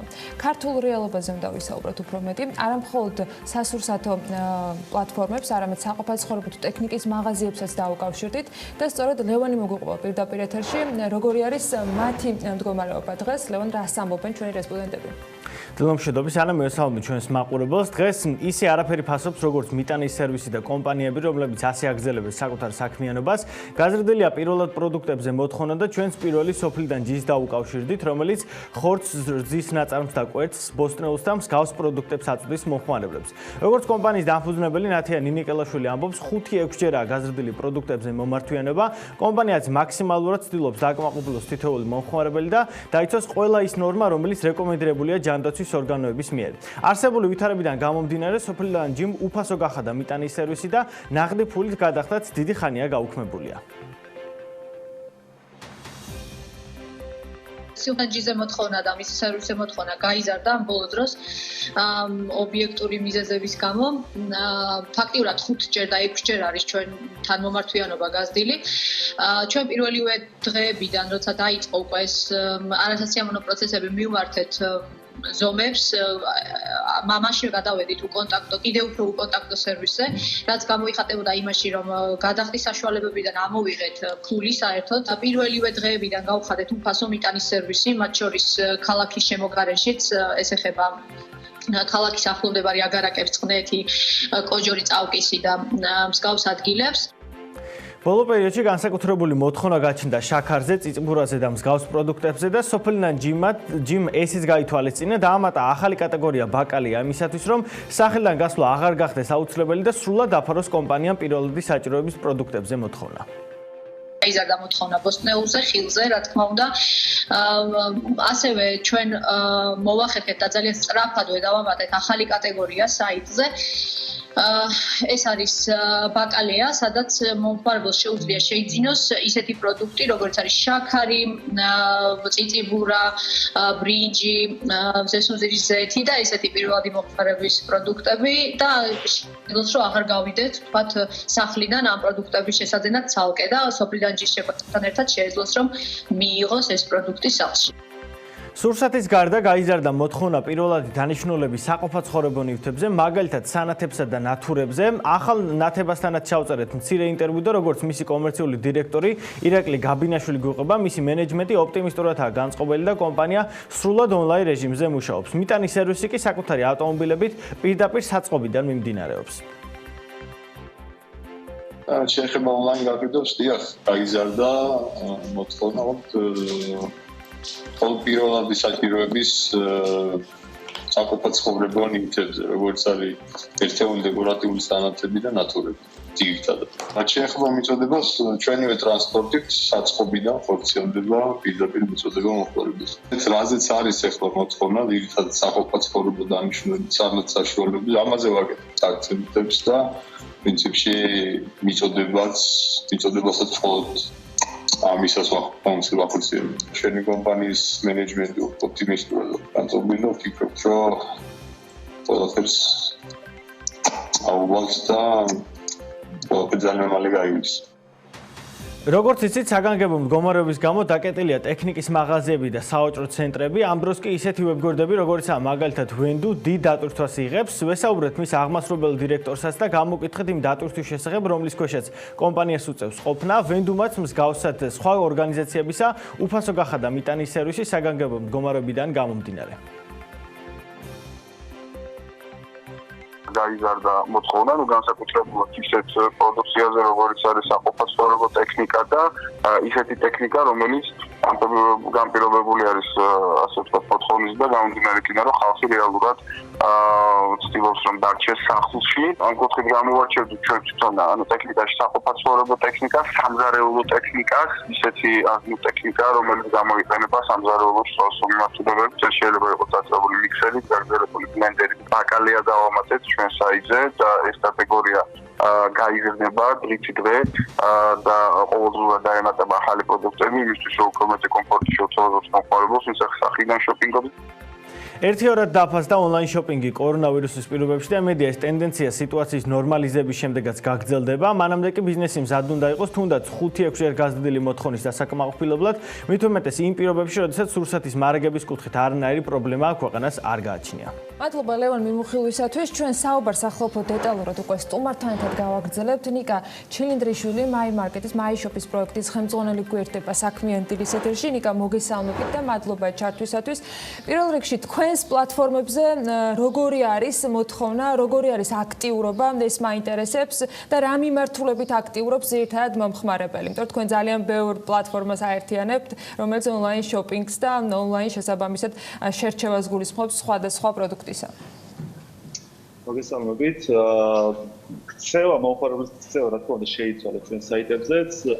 არსებობს მიმართულებები, სადაც იქნება მომხმარებლის აქტიურობამ და რეალურად ონლაინ გაყიდვების კუთხით ჩვენთანაც იგივე სტატისტიკა 6-7 არის გაზრდილი. ზოგადი მიმოხილვა რომ გავაკეთოთ, მაგალითად უძრავი ქონების მიმართულებით რა თქმა უნდა დაკლებულია მომხმარებლის აქტიურობა, ასევე არის ავტომობილების მიმართულებით დაკლებული, თუმცა ონლაინ ყიდვის კუთხით გაზრდილია 6-7ჯერ მომხმარებლის მოთხოვნა. რა თქმა უნდა, აქ არის პროდუქცია, როგორც არის პირბადეები, სადეზინფექციო ხსნარები, რომელიც გაყიდვების 60%-ს იკავებს, თუმცა გაიზარდა ასევე მოთხოვნა საყოფაცხოვრებო ტექნიკაზე და სხვადასხვა მოთხოვნად პროდუქციაზე. აი ამ გაზრდილი დატვირთვის ფონზე რამდენად აღმოჩნდით თქვენ მზად იმისათვის, რომ მომხმარებლების ასეთი ნაკადის გამკლავებისათვის არსებული რესურსი თქვათ საკმარისი ყოფილიყო და გამოჩნდა თუ არა ის თქვათ მიმართულებები, რაც თქვენს შემთხვევაში მომავალში შესაძლოა გასავითარებელი დასახვეწი აღმოჩნდეს? რეალურად ქვეყანაში პირველი ინფიცირების დაფიქსირების დღიდან ჩვენ დავწერეთ სამოქმედო გეგმა ბიზნეს უწყლობის მიმართულებით რამოდენიმე სცენარი და ეტაპობრივად გადავდიოდით მეორე და მესამე სცენარზე. შესაბამისად, წინასწარ მოვემზადეთ ჩვენს და მოვამზადეთ პარტნიორი კომპანიები, იგივე მარაგები ყოფილიყო მზად, ჰქონდა წინასწარ პროფესიონალური კომპანიებთან არ ყოფილიყო შეფეთქებები მიწოდებასთან დაკავშირებით. შესაბამისად, ესეთი რაღაც შეფერხება არ ხდება, თუმცა რა თქმა უნდა იყო გარკვეული კომპანიები, სადაც მარაგების პრობლემას დავაწყდით, მაგრამ ახალგაზრდა მოვახერხეთ, რომ ჩაგვენაცვლებინა სხვა ანალოგიური ტიპის კომპანიით და რეალურად მომხმარებლის მხარეს ყოველ შემთხვევაში დეფიციტი არ ქონია არანაირი. იგივე, რამდენად თვლი რომ და რამდენად იძლევა და ეს პერიოდი იმის თქმის საშუალებას, რომ ონლაინ შოპინგზე მომხმარებელი უფრო მეტად ადაპტირებული გახდება, შესაძლოა თუ არა რომ ეს ჩვევა მომავალშიც ჩვევად დარჩეს, რაც დღეს საჭიროებიდან გამომდინარე ჩვენს ყოველდღიურობაში და ცხოვრებაში შემოვიდა და ახალი მომხმარებლები რამდენად გაჩნდნენ ბაზარზე თუ ის ადამიანები, ვინც იყვნენ ასეთი პროდუქტის მომხმარებლები, ანუ ონლაინ შოპინგის მომხმარებლები, ისინი არიან დღეს უკვე მაქსიმალური დატვირთვით გააქტიურებულები. ესენი პერიოდულად რა თქმა უნდა იზრდებოდა მომხმარებლების რაოდენობა, ვინც ონლაინ შოპინგზე გადმოდიოდა, თუმცა არსებულმა ვითარებამ წესრიგია მომხმარებლებს პირველი გამოცდილება მინიმუმ შეეძინათ ონლაინ კედლის ჩვენ დაკვირვებით ვიყიდით და ის სტატისტიკა პოლიცინები რამდენი ადამიანი რჩება პირველი გამოცდილება შემდგომ აქტიურ მკითხველად ონლაინ ვფიქრობ, რომ არსებული მომხმარებლების 30-40%-ამდე გააგრძელებს ონლაინ ყიდვას, როდესაც კრიზისი გადავთ ამ სტანდარტულ სიტუაციაში. შესაბამისად, არსებულმა ვითარებამ ერთის მხრივ მომხმარებლები გადმოიყვანა ონლაინ, თუმცა არ გვაქვს ის ამბიცია და რეალურად არარეალური იქნება, რომ ვიფიქროთ ყველა შევინარჩუნებ კრიზისის გადავლის შემდეგ. ყველას რა თქმა უნდა ვერ შევინარჩუნებთ, თუმცა 30-40% მინიმუმ იქნება ისევ ონლაინ ყიდვის კუთხით ჩართული. გარდა იმისა, რომ ეს კარგი შანსი აღმოჩნდა ასეთი კრიზისული მდგომარეობა ონლაინ სერვისებზე მომსახურე კომპანიებისათვის, მეორე მხრივ ის წესები და ის ვალდებულებები, რაც იგივე უსაფრთხოებას უკავშირდება, დამატებითი ვალდებულებები გააჩინა თქვენთვისაც. აი, რა სისტემით მუშაობთ, რა თქვათ ახალი ჩვევები დაგჭირდათ იმისათვის, რომ ყველა ის წესი, რაც იგივე სახელმწიფოს მხრიდან არის თუ მომხმარებლის მხრიდან არის მოთხოვნილი დაკმაყოფილებულიყო. რეალურად ერთ-ერთი მნიშვნელოვანი წესების შემოღება მოგვიწია ერთ-ერთი მიმართულება, რაც არის სატრანსპორტო საკურიერო მიმართულებით. აქ ჩვენ პარტნიორ საკურიერო კომპანიებთან გვაქვს აქტიური კომუნიკაცია, ყოველდღიური კომუნიკაცია და რეალურად ყველა ის რეკომენდაცია, რაც სახელმწიფოს მხრიდან არის მოცემული, მკაცრად ისწავენ ისინი და რეალურად ჩვენის მხრივ რა ბედნიერების გვაქვს ვაკონტროლებთ, რომ დედმიწევნით იყოს დაცული ყველა ის პუნქტი, იქნება ეს პირბადის ხმარება, ერთადერთი ხელთათმანების გამოცვლა ყოველ კლიენტს მისვლის შემდეგ და ასე შემდეგ. ძალიან დიდი მადლობა ნიკა ჩართვისათვის. წარმატებას გისურვებ და დარწმუნებული ვარ, რომ ეს კრიზისული პერიოდი ძალიან ბევრი კომპანიისათვის გახდება განვითარების ახალი ეტაპის დასაწყისი, განსაკუთრებით ონლაინ მიმართულებით მომსახურე კომპანიებისათვის. ნიკა ჩილინდრიშვილი, მაიმარკეტის, მაიშოპის პროექტის ხელმძღვანელი იყო საქმიანი დილის ეთერში. ჩვენ უკვე შემდეგი სტუმრების მისაღებად ვემზადებით და საინტერესოების გასაზიარებლად. დაგვიბრუნდება რამდენიმე წუთში ლევან თაღიაშვილი და ის ბებიას დამფუძნებელს გიორგი ნოზაძეს გაგვაცნობს. ჩართვით უმასპინძლებთ მასაც. არ გვავიწყდება არც ყველაზე აქტუალური თემები, რომელი კომპანიები შეძლებენ საკარანტინო ზონაში მუშაობის გაგრძელებას, ამ სიის გასაჯაროება გუშინ დაანონსდა, იქამდე ჩვენ ბიზნესთან კომუნიკაცია ვცადეთ და ერთ-ერთი ყველაზე მსხვილი ჰოლდინგის წევრის მარნეული სასურსათო ქარხნის მაგალითზე შეგვიძლია გითხრათ, რომ კომპანიაში გაჩერება ერთდღიანი იყო. ანა ბერიშვილი, მარგებელი ჰოლდინგის მარკეტინგის დეპარტამენტის ხელმძღვანელი და შოთა რეხვიაშვილი სახელმწიფო რწმუნებული ქვემო ქართლის რეგიონში შემოგვიერთდებიან საქმიანი დილის შემდეგ ბლოკში.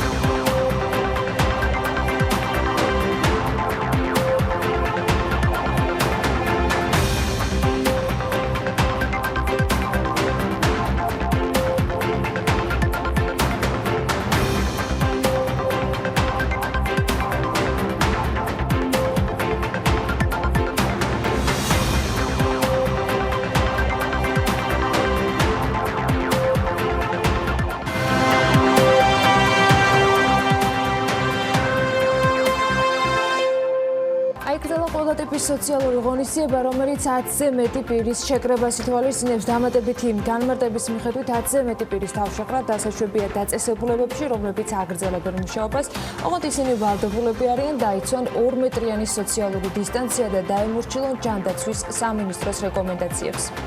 იუსტიციის სახლის 7 ფილიალსა და 20 საზოგადოებრივ ცენტრში სამუშაო პროცესი დროებით შეჩერდა.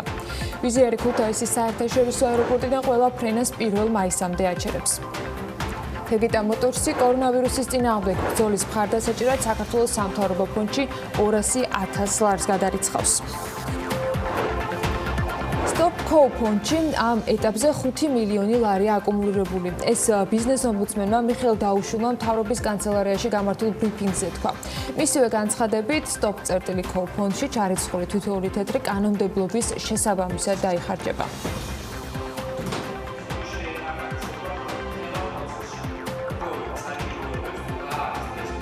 მიხეილ დაუშულთან მოგვიანებით გვექნება შესაძლებლობა, რომ გავაგრძელოთ საუბარი. ეკონომიკის მინისტრი ნათია თურნავაკი მთავრობის ადმინისტრაციაში გუშინ გამართულ ბრიფინგზე იმპორტიორების მიერ 9 სასურსათო პროდუქტის გარდა სხვა პროდუქტებზე ეროვნული ვალუტის გაუფასურებიდან გამომდინარე ფასების ზრდის შესახებ გაკეთებულ განცხადებებს გამოეხმაურა და თქვა, რომ იმპორტიორებმა ობიექტურ ფაქტორების მიღმა დამატებით ნეგატიური მოლოდინების ესკალაციაში წვლილი არ უნდა შეიტანონ. ეკონომიკის მინისტრმა აღნიშნა, რომ მთავრობამ განსაზღვრა ის 9 სასურსათო პროდუქტი, რომელიც მნიშვნელოვანია და მათზე ვალუტის კურსის გავლენა გადააზღვია, თუმცა ხელისუფლება ამ ჩამონათვალს 100 დასახელების პროდუქტამდე ვერ გაზრდის, რადგან ეს საკმაოდ დიდ ფინანსურ რესურსს მოითხოვს. გარდა ამისა, მინისტრმა ეროვნული ბანკის მიერ გატარებულ ინტერვენციებზეც ისაუბრა, რომელიც ერთგვარად დაამხრუჭებს ლარის გაუფასურებას. შესაბამისად, თურნაო იმპორტიორებს თხოვა მსგავსი განცხადებებისაგან თავი შეიკავონ და დაელოდონ მოვლენების განვითარებას. რაც ჩვენ ნამდვილად შეგვიძლია და ვაკეთებთ, ეს არის ლარის კურსის გაუფასურების ზემოქმედების შერბილება მოსახლეობის სხვადასხვა კატეგორიისთვის. თქვენ იცით, რომ პირველ რიგში ჩვენ შევარჩიეთ 9 დასახელების სასურსათო საქონელი, რომლის ფასების ზრდა გვაქვს გადაზღვეული და არ ხდება და ამას ჩვენ ვამონიტორინგებთ. ანუ ამ თვალსაზრისით ლარის კურსის გაუფასურება არ აისახება ამ საქონელზე და ამ საქონლის ფასებზე. გარდა ამისა, თქვენ ხედავთ, რომ იგივე ჩვენი ეკონომიკური გუნდი და ეროვნული ბანკიც პერიოდულად სხვადასხვა ღონისძიებებს ატარებს, მათ შორის სოლიდური ინტერვენციების განხორციელდა დოლარის. ჩვენ მომავალშიც ვიზრუნებთ იმაზე, რომ ზემოქმედება ლარის კურსის ცვლილებებიდან გამომდინარე იყოს შერბილებული და ამიტომ იმპორტიორებს მე ასევე მოუწოდებთ, რომ ნუ ვიჩქარებთ რაღაცა განცხადებების გაკეთებას, იმიტომ რომ ძალიან მნიშვნელოვანია, რომ არ შევქმნათ იმაზე მეტი ნეგატიური მოლოდინები, რაც არის უკვე შექმნილი ობიექტური გარემოებიდან გამომდინარე. საგანგებო მდგომარეობის პერიოდში ტექნოლოგიების გაუვლელობის გამო ჯარიმები არ გამოიწერება. ეს ეკონომიკის და მდგრადი განვითარების მინისტრმა ასევე გუშინ თქვა. მედია დაინტერესდა რა უნდა ქნან ავტომანქანების მძღოლებმა იმ შემთხვევაში, როცა ტექნოლოგიების ცენტრებმა დაახარვეს ამ მანქანა, თუმცა კონკრეტული ნაწილის ყიდვა ვერ ხერხდება, რადგან ეგრეთ წოდებული პროფილაქტიკები ამ დროისათვის დაკეტილია. დავუშვი და არ აგვიგზავნა ტექ მომსახურების სერვისების ფუნქციონირება და ისინი მოემსახურებიან როგორც იურიდიულ პირებს, ასევე ფიზიკურ პირებს.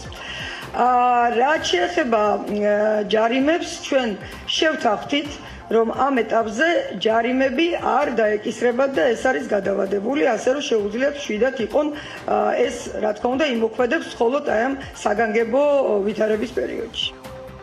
საქართველოს რეგიონული განვითარებისა და ინფრასტრუქტურის მინისტრის პირველი მოადგილეს ავტომობილოგზების დეპარტამენტის თავმჯდომარე, ჩქარასნული ავტომაგისტრალის მსხვილ ინფრასტრუქტურულ პროექტებზე მომუშავე ჩინური კომპანიების ხელმძღვანელებს შეხვდა გუშინ და BMG-ს გზების დეპარტამენტიდან.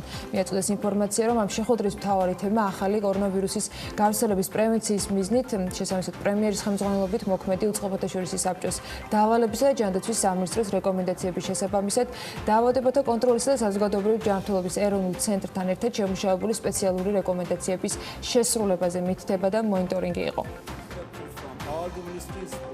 გავეცანით და მივიღეთ ინფორმაცია კორონავირუსის საპრევენციო რეკომენდაციების შესრულებასთან დაკავშირებით და შეიძლება ითქვას, რომ ყველა ობიექტზე მკაცრად არის დაცული აღნიშნული რეკომენდაციები. ვიმსჯელეთ თუ როგორ კიდევ უფრო მაღალი პროგრესით განვავითაროთ პროექტები და კონკრეტულ ღონისძიებებზე შევთანხმდით, რომლის ფარგლებშიც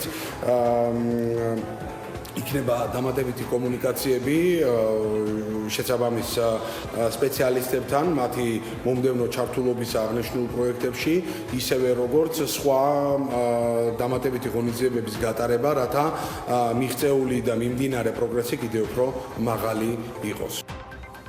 ენერგოომბუდსმენის ინფორმაციით ზოგიერთ რეგიონში ელექტროენერგეტიკისა და გაზმომარაგების სექტორში გაზრდილი მოხმარებიდან გამომდინარე მომსახურების ხარისხი არც თუ ისე დამოკმაყოფილებელია.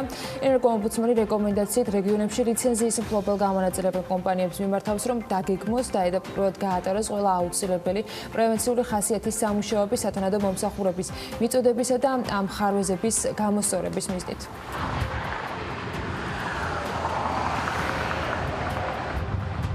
TBC ბანკმა ოპეკის საერთაშორისო განვითარების ფონდისგან 50 მილიონი დოლარის ოდენობის სასაცხო ხელშეკრულება გააფორმა ფინანსური რესურსი საქართველოში საერთაშორისო ვაჭრობის დაფინანსებას მოხმარდება. ვახტანგ ფუცხრიკიძე აღნიშნავს, რომ მოზიდული ფინანსური რესურსი TBC ადგილობრივი ბიზნესების აქტიურ მხარდაჭერას გააგრძელებს მათი საერთაშორისო ოპერაციების დაფინანსების მიმართულებით, რაც მნიშვნელოვანია მიმდინარე მოვლენებიდან გამომდინარე.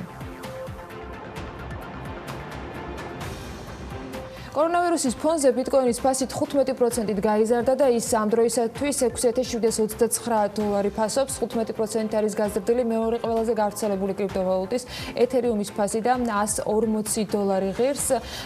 XRP-ის ფასი 10%-იან მატებას აჩვენებს 6 ცენტამდე. ჯამში კრიპტოვალუტების საბაზრო კაპიტალიზაცია $14 მილიარდით გაიზარდა და ამჟამად $182 მილიარდ შეადგენს.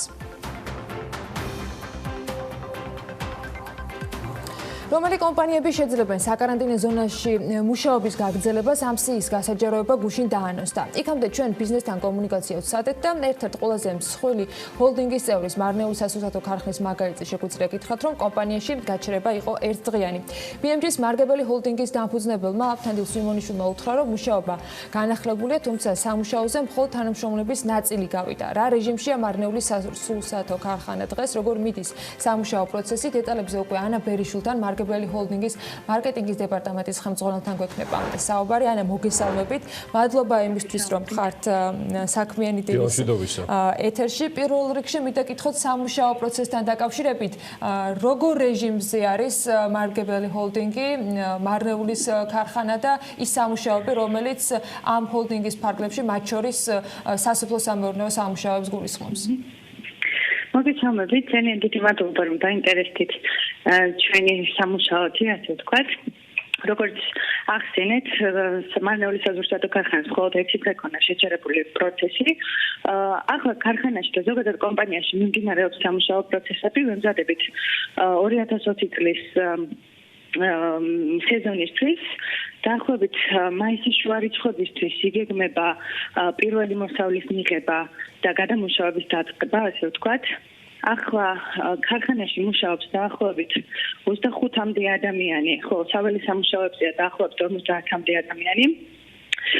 მარნეულისა და ბოლნისის მუნიციპალიტეტის საკარანტინო ზონად გამოცხადების დღიდან საქართველოს მთავრობასთან და უშუალოდ სოფლის მეურნეობის სამინისტროსთან ძალიან მჭიდრო კომუნიკაცია გვაქვს, მათგან მივიღეთ მთელი რიგი რეკომენდაციები, რომელსაც ძალიან თანმიმდევრულად ვიცავთ. ყველა თანამშრომელი აღჭურვილია საჭირო ინვენტარით, ქარხანაში მუდმივად ტარდება სადეზინფექციო სამუშაოები და რა თქმა უნდა ვიცავთ ყველა იმ წესს, რომელიც ასე ვთქვათ ებრძვის კორონავირუსს. რაც შეეხება პროცესებს, თვითონ წარმოების პროცესი, ასე ვთქვათ, არ მიმდინარეობს ქარხანაში, მემზადებით როგორც გითხარით მომავალი სეზონისთვის და ახლა ქარხანა ამზადებს, ასე ვთქვათ, თავის დანადგარებს და ზოგადად ინფრასტრუქტურას იმისთვის, რომ დავიწყოთ მომავალი სეზონი. ანა, თქვენს მიერ ჩამოთვლილი ადამიანების რაოდენობა და მათი დასაქმება იქნება ეს საველე თუ საწარმოო მომზადება გულისხმობ თვითონ ადგილზე. ეს ის რაოდენობა, რომელიც ჩვეულად ყოველ წელს ამ დროს მარტის ამ პერიოდში არის თქვათ ქარხანაში თუ არის აიმე გადალაგება საკარანტინე სიტუაციიდან და ვითარებიდან გამომდინარე. სეზონის დასაწყისისთვის და სეზონზე ასე ვთქვათ გაცილებით მეტი ადამიანი მუშაობს, თუმცა ახლა სიტუაციიდან გამომდინარე მაქსიმალურად გვაქვს ჩვენც ასე ვთქვათ შემცირებული ადამიანთა რაოდენობა და მაქსიმალურად მობილიზებულები ვართ იმისთვის, რომ სწორად ჩავატაროთ ასე ვთქვათ მომავალი სეზონი და არ შევაჩეროთ პროცესები.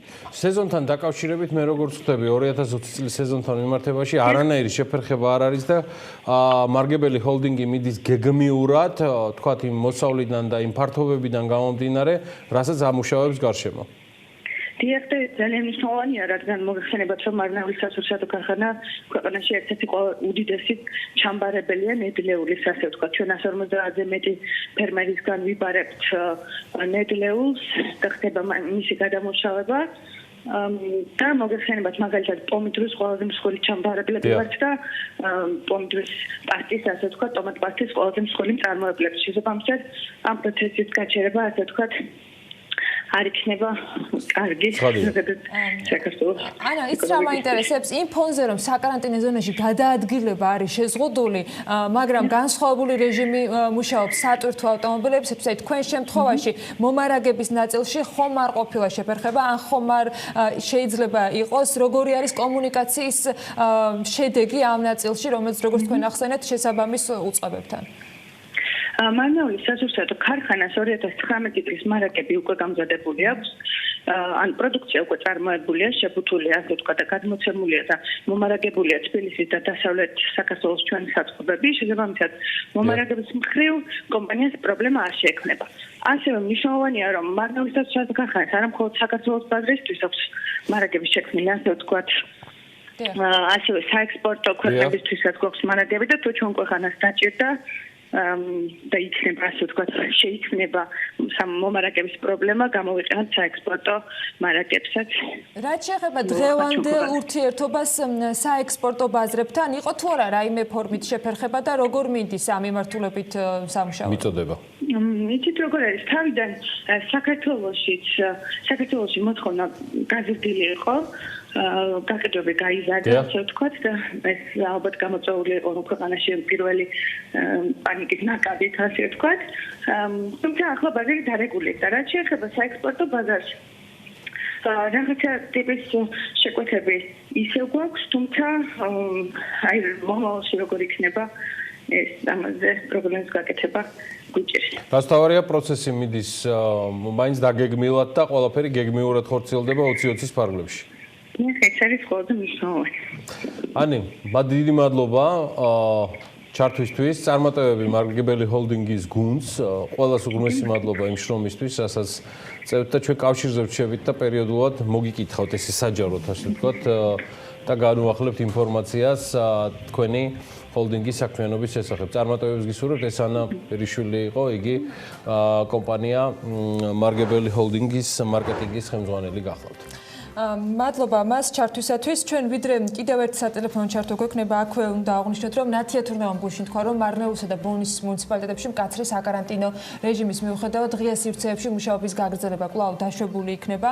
ამის შესახებ თურმეამ სპეციალურად გამართულ ბრიფინგზე ისაუბრა. მარნეულსა და ბოლნისის მუნიციპალიტეტებში საკარანტინო რეჟიმია გამოცხადებული, რაც ითვალისწინებს ყველა სახის ეკონომიკური საქმიანობის შეწყვეტას გარდა იმ საწარმოებისა და მომსახურებისა, რომელიც დაკავშირებული არის სასურსათო უზრუნველყოფასთან, ასევე სააფთიაქო მომსახურებასთან, საწვავთან, საბანკო მომსახურებასთან და სასოფლო-სამეურნეო სამუშაოების ჩატარებასთან. ამავე დროს საქართველოს მთავრობის დადგენილებით ქვეყნის მთელ ტერიტორიაზე საგანგებო მდგომარეობის მოქმედების ფარგლებში კონკრეტული შეზღუდვები მოქმედებს. იზღუდება სატრანსპორტო მიმოსვლა. საგანგებო მდგომარეობის დასრულებამდე შეჩერებული არის ყველა სახის საერთაშორისო სამგზავრო მიმოსვლა. შეწყვეტილი არის სამგზავრო მატარებლების მოძრაობა. შეუფერხებლად ხორციელდება მხოლოდ სატვირთო გადაზიდვები. იკრძალება საქალაქთაშორისო სამარშრუტო ტაქსებითა და ავტობუსებით მგზავრთა გადაყვანა. საქართველოს მთავრობის თანხმობის შემთხვევაში განხორციელდება მხოლოდ ჩარტერული ფრენები. თვითმმართველი ქალაქისა და მუნიციპალიტეტის ადმინისტრაციული ცენტრის საზღვრებში შეჩერებული არის შიდა მიმოსვლა.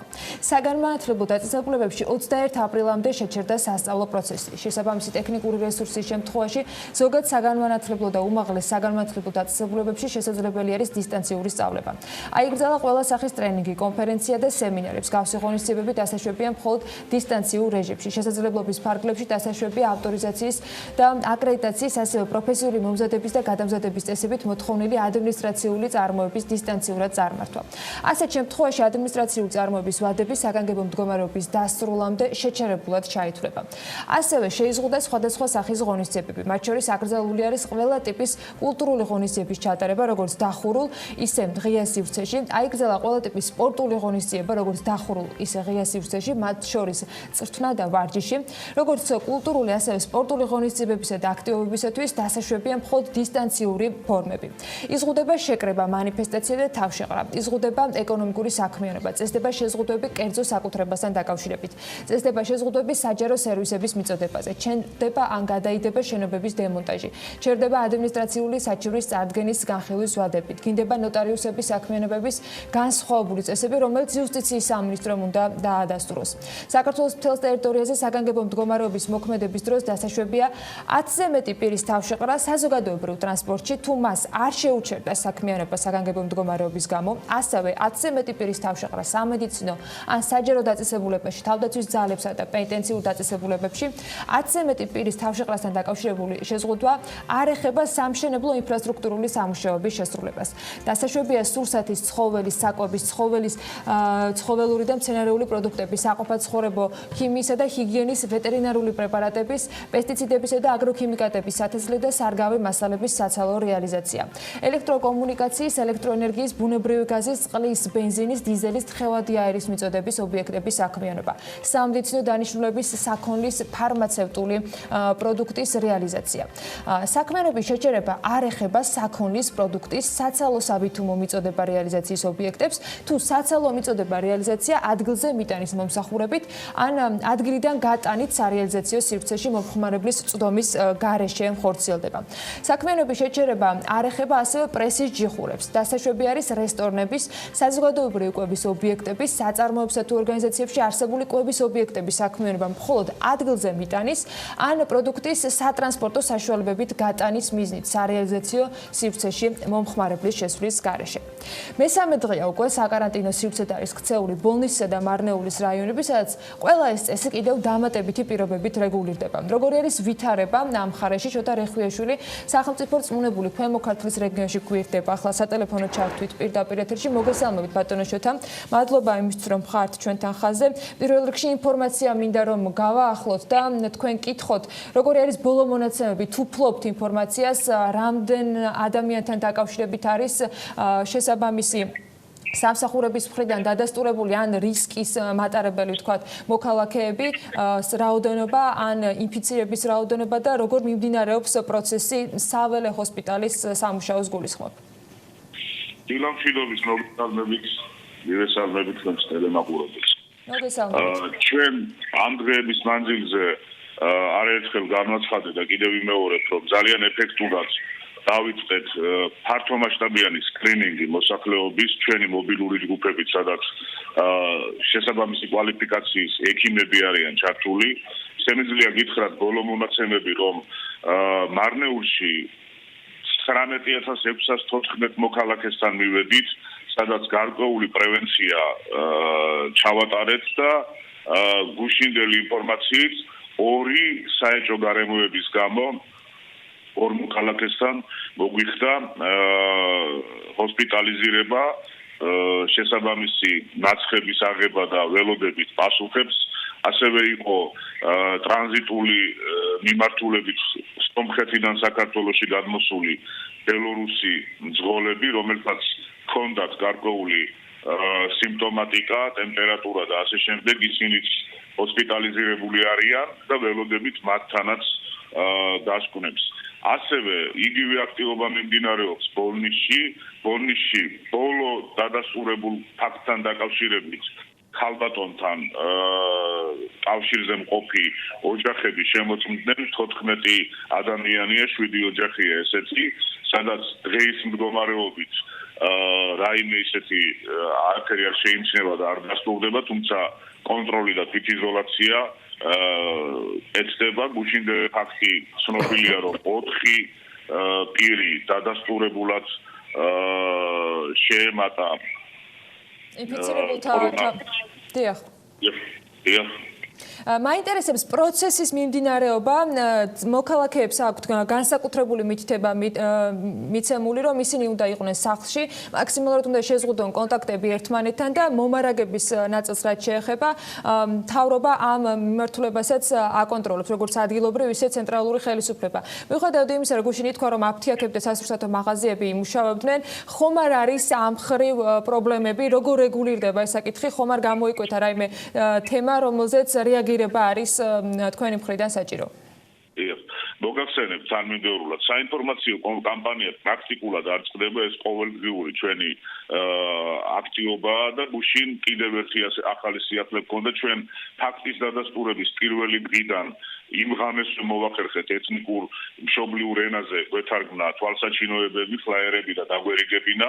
გუშინ შერიგებისა და სამოქალაქო ინტეგრაციის სახელმწიფო მინისტრის აპარატიდან ორენოვანი გაზეთები მოგვივიდა და აი ის ტექსტი, რაც თქვენ ოფიციალურ დადგენილებაშია გაწერილი და ხმამაღლა წაიკითხეთ და გააცვნეთ მოქალაქეებს, შესაძლებლობა გვაქვს, რომ ძალიან ფართოდ მივაწოდოთ ჩვენს ადგილობრივ მოსახლეობას და ერთხელ კიდევ გავზარდოთ ცნობადობა და ქცევის წესებთან დაკავშირებით ინფორმაციულობა.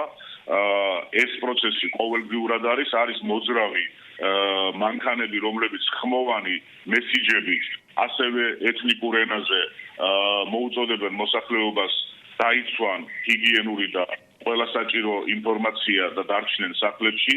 ეს რაც შეეხება საინფორმაციო კამპანიას, რაც შეეხება მარაგებს, აბსოლუტურად ყოველდღიურ კომუნიკაციაში ვართ, ყველა უწყება ჩართულია ამ ყველაფერში და ერთხელ კიდევ მინდა დავადასტურო, რომ არც სურსათის, არც მედიკამენტების, არც საწვავის პრობლემა დღეის მდგომარეობით არ არის. მსხვილი მარკეტები თავიანთი დისტრიბუციით ართმევენ თავს.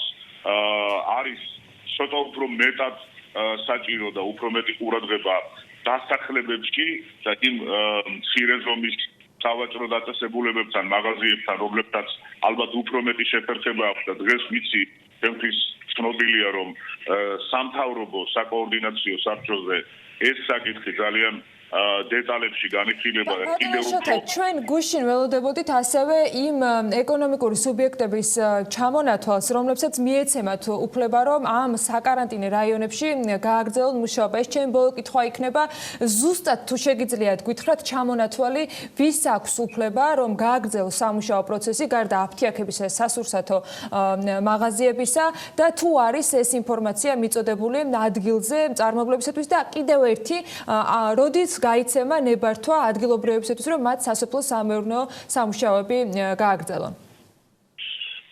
ღია სივრცეებში სასოფლო-სამეურნეო სამუშაოების ჩატარებისთვის შეზღუდვები არ არის, შესაბამისი ქიმიკატები და ის პროდუქცია, რაც ამისთვის საჭიროა, აბსოლუტურად შეუზღუდოვად მიეწოდება და ჩვენ ამას ცალსახად ვაკონტროლებთ.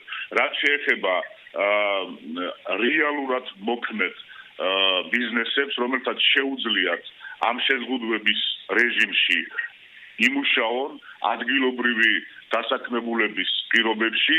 ეს ინფორმაცია პრაქტიკულად მზად არის. ჩვენ ბოლო დეტალებს გავდივართ და დღის პირველ ნახევარში უკვე ჩვენ გვექნება კონკრეტული მითითებები საკარანტინო მუნიციპალიტეტებს რაც შეეხებათ, ვის ინდივიდუალურად რა პრობლემა შეიძლება მოუგვაროთ ამ გამოწვევიდან გამომდინარე და როგორ შეიძლება განვაახლოთ მათთან საწარმო პროცესი მათი მიმართულებებით. ანუ ეს ბოლო დეტალები პრაქტიკულად მარნეულში გვაქვს დარჩენილი მცირე დეტალები, რომლისგან სრულად გვაქვს ინფორმაცია.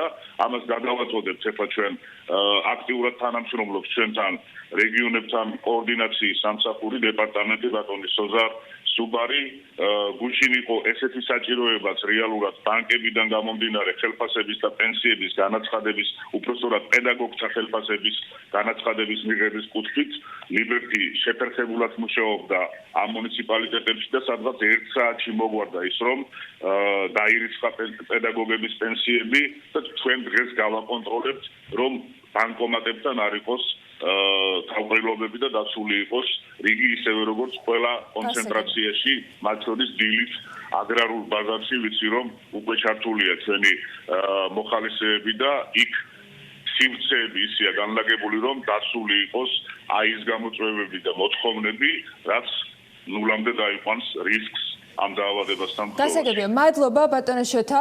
სახელმწიფო რწმუნებული ქვემოქართლის რეგიონში გვერდთვებოდა საქმიანი დილის ეთერში. მადლობა მას ჩართულობისთვის. ჩვენ მუდმივ რეჟიმში განვაახლებთ მასთან ინფორმაციას.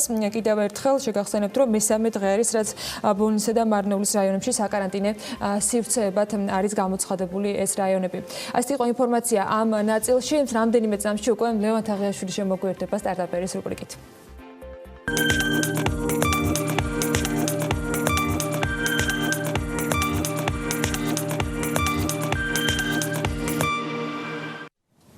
ტივისის სტარტაპერის რუბრიკამ ერთიორად მეტი დატვირთვა შეიძინა. ბოლო დროს განვითარებული მოვლენების შემდეგ დღეს მცირე ბიზნესის მხარდაჭერა აუცილებელია და ლევანიც აგრძელებს სტარტაპების აღმოჩენას და მათ გაცნობას ჩვენთვის საქმიანი დილის მაყურებლობისათვის და ყველასთვის, ვინც მიმდევარია ჩვენი სოციალური ქსელებისა. დღეს ბებიას დაფუძნებელს გიორგი ნოზაძეს უნდა ვუმასპინძლოთ პირდაპირ ჩართვით, მანამდე ლევანი გვერდება. ლევან დილამშვიდობისა.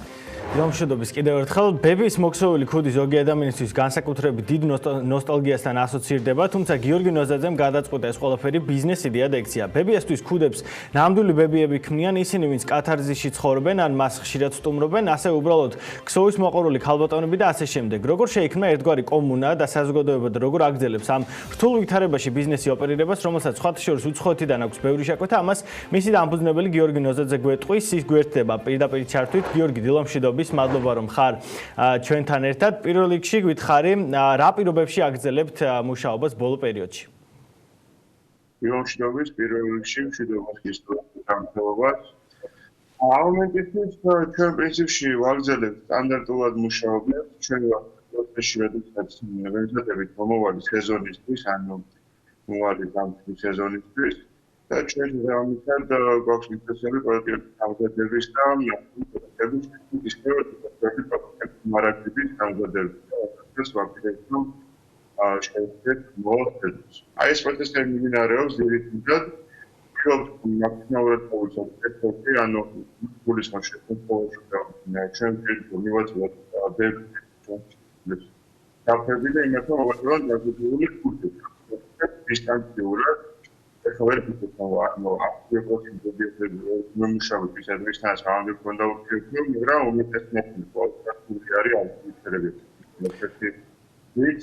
და დისტანციურად მაგალითად პრაქტიკაში მე მიმოხს დაფები, რომელსაც უშუალო დისტანციურად გარებს და ამ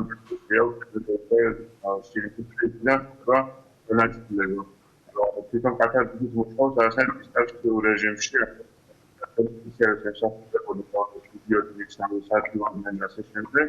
ახლა ბენეფიციარები და საქმეები გამოფხდებით, ანუ ვიც რაც მიწოლება არ აქვს იმასთან მეოთხ სახში, რომ максимალური გიორგი, საინტერესოა, მე ვახსენე წეღა, რომ სხვა ქვეყნებიდან გაქვთ შეკვეთები. საქართველოსდან თუ არის სხვა ქვეყნებიდან და როგორ ახერხებთ აი ამ მიწოდებას, ამაზე უფრო მეტი დეტალი რო გითხრათ თუ შეიძლება. სხვა ქვეყნები ამ ჩვენ შემთხვევაში არის ამერიკის შეერთებული შტატები, ონლაინ მაღაზიაში ვართ წარმოდგენილები, რომელსაც ქვია etsy.com, ეს არის კონკრეტული მაღაზია. და ამ მაღაზიაზე წეგნილი ბევრი შეკვეთა, ბევრი შეკვეთა ახალგანს ამ ერთი ტექნოლოგიის თანახმად დავიწყეთ, მაგრამ უგრძელებად სეზონი დიად არ არის, ის სირე შეკვეთა რაც მოგდის ჩვენთვის საკმარისია, რომ ეს ხი ისე მოვაწყოთ, რომ მომავალი სეზონისთვის უკვე ძალიან აქტიური იყოს გაყიდული. ჩვენი გეგმა არის ეს გარდა eBay და Amazon-ის დავამატოთ მომავალ სეზონამდე და ანტვერსიტი ონლაინ გაყიდვებით შევეცადოთ გავიდეთ მოსს. ადგილობრივ გაყიდვებით გამოზაფხულდა ისეთი მოთხოვნა არ არის, ამიტომ ჩვენ მომავალი სეზონის მომსახურებას ამუშავებაზე ვარ და უცხოურ გაყიდვებში დამოკიდებული. გიორგი, საინტერესოა, როგორი იყო თქვენი კომპანიის, ასე ვთქვათ, ცხოვრება, სანამ ეს კორონავირუსის ამბები დაიწყებოდა.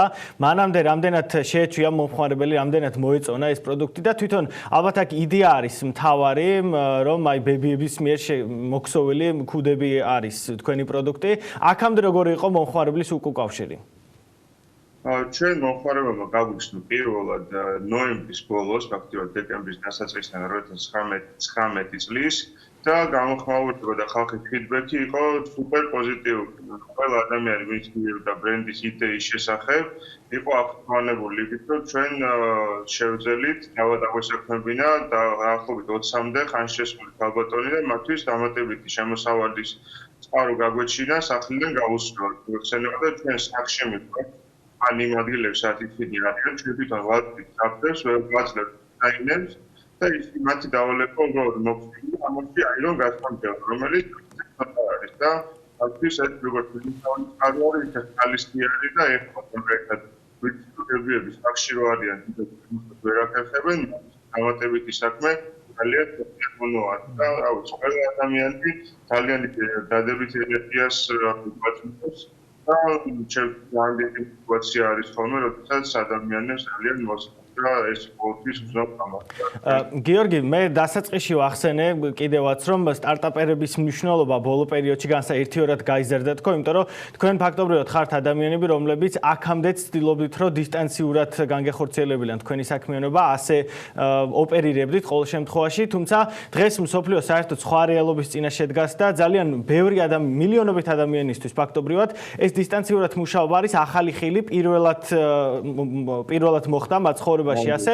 თქვენ თუ შეგიძლიათ გარკვეულწილად გამოცდილება გაუზიაროთ ჩვენს მაყურებელს, რა სირთულეებს და რა გამოწვევებთან არის ეს ყველაფერი დაკავშირებული და რა დადებითი მხარეები აქვს ცხადია, იმიტომ რომ თქვენ ამ კუთხით აქამდეც გქონდათ გამოცდილება და ამაზე რო გვესაუბროთ უფრო მეტი. ძალიან დიდი მადლობა ამ შეკითხვისთვის. ერთმანეთს ვაპირებდი, რომ ამ რაღაც გლობალურ ტრენდებზე თვითონ საშუალება მისაუბრა. მე ბოლო 7-8 წელია დისტანციურ მუშაობ ნახევრად და ბოლო 3 წელია დისტანციურად მუშაობ. ამ კომპანიის გადასვლა უნდა და იქა დისტანციურად მუშაობ. ეს არის ახალი გამოწვევა და ტრენდი საქმის მუშაობის entrepreneurship-ის დიდი ხანია. თუმცა ამ კორონავირუსის გამომენტში პროცესები და ეხლა უკვე ბევრი გადამიხდება, რომ ერთის თუ საერთოდ საფრთხეს პროდუქტი საფრთხეს მუშაობს პროდუქტები საფრთხეს აუცილებლად აი რომელიც პროფიტიზე ერთი მუშაობა სახში მუშაობა ფიქრობ რომ აი რეალურად ზოგავ დროს საფრთხეება ბაშკი დროის დახარჯვა მასში ხარ საქმეში როცა შეიძლება გაიგრძე ეგრევე საქმე შეიძლება დაკავდე მე მაგალითად პირადად მქონდა და ყოველი მოხდა აგერ დავიწყოთ ინსტრუმენტი წინ ვიდეოს და დავიწყოთ მუშაობა შემიძლია მუსიკით დავკავდე შემიძლია ვივარ ვიშონ და სხვა ხობები და დავკავდე და არ არის აუცილებელი მოკლედ რომ ოფისში ვიჟდი ჩემი ატექს სხვა მრავალ ტრენდთან ერთად რომელიც შეიძლება კორონავირუსი გაზრდით და იგივე მეწარმოების და ადამიანების თვით დასაქმების ტრენდს, თქვათ, ანუ digital nomadism-ი არსებობს, მიმდინარეობა ადამიანების, რომლებიც სრულად დისტანციურად მუშაობენ. აი გიორგი, ბევრი დრო არ დაგჭა, მინდა რომ აი ბოლო კითხვა დაგისვა.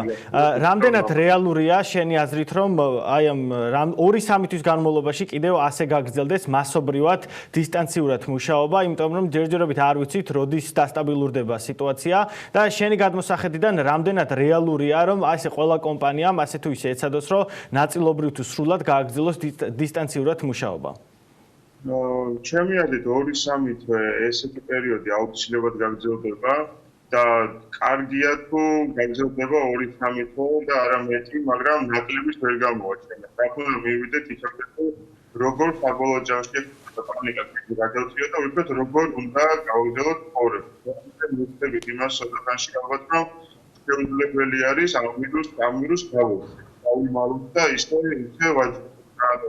ყველა ვარიანტი ჩემთვის უმეტესობა ადამიანების ეს გადადის ძალიან მარტივად და ადამიანები რომლებიც ამას გადაიხადენ ზოგის რომელსაც ვირუსი აქვს ამას შესაძლოა უკვე კრიტიკული მასა იქნება ადამიანები რომელსაც იმუნიტეტი ანუ გადატანილი აქვს ეს ვირუსი უკვე ისინი საერთოდ აღარ იქნებიან თავიანთი განსაკუთრებული წევრები მაგალითად მე დედაჩემს ამბობ მაგრამ ვიღაც მეგობრებს ნახულობ ამიტომ მგონია რომ რამდენიმე თვე 1-2 ასე შევა გაგრძელდეს შეიძლება არ იყოს აუცილებელი რომ კარანტინი იყოს ან კომუნიკაციის საფრთხე და ვერ გავდიოდით უბრალოდ ჩვენ ვეყოთ შეგვიძლია რომ მოხუცები არ ვიყოთ სამშეყის ადგილებში 1-2 ნებავარი შეიძლება მოხუცა ვიცოდეთ რომ იქ ჩვენს ვისწავლეთ ყოველ შემთხვევაში არ გქონდეს რაღაც ძალიან დიდი გაუცილებელი დიდი საფრთხე არის რომ ერთდროულად ბევრი ადამიანი გაქცევს თუნდაც ფუნდამენტი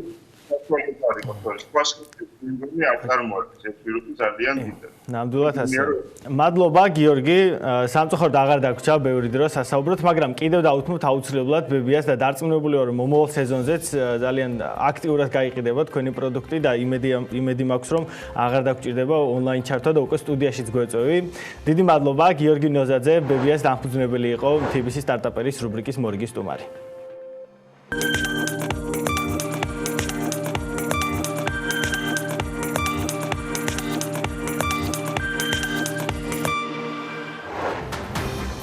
არის თუ არა კორონავირუსის გამო გამოწვეული ვითარება ფორს მაჟორი და შესაძლოა თუ არა რომ ამის გამო სამსახურიდან გაგიჩვენ. რა უნდა მივიჩნიოთ ფორს მაჟორად? იურისტების განმარტებების სიუხვას ონლაინ სივრცე არ უჩივის, თუმცა კონკრეტულ კითხვებზე, კონკრეტული პასუხებისათვის ვისაუბრებთ ჩვენ სტუმართან, ვანო გოგელია, PricewaterhouseCoopers საქართველოს იურიდიული პრაქტიკის ხელმძღვანელი შემოგვიერთდება საქმიანი დილის ეთერში.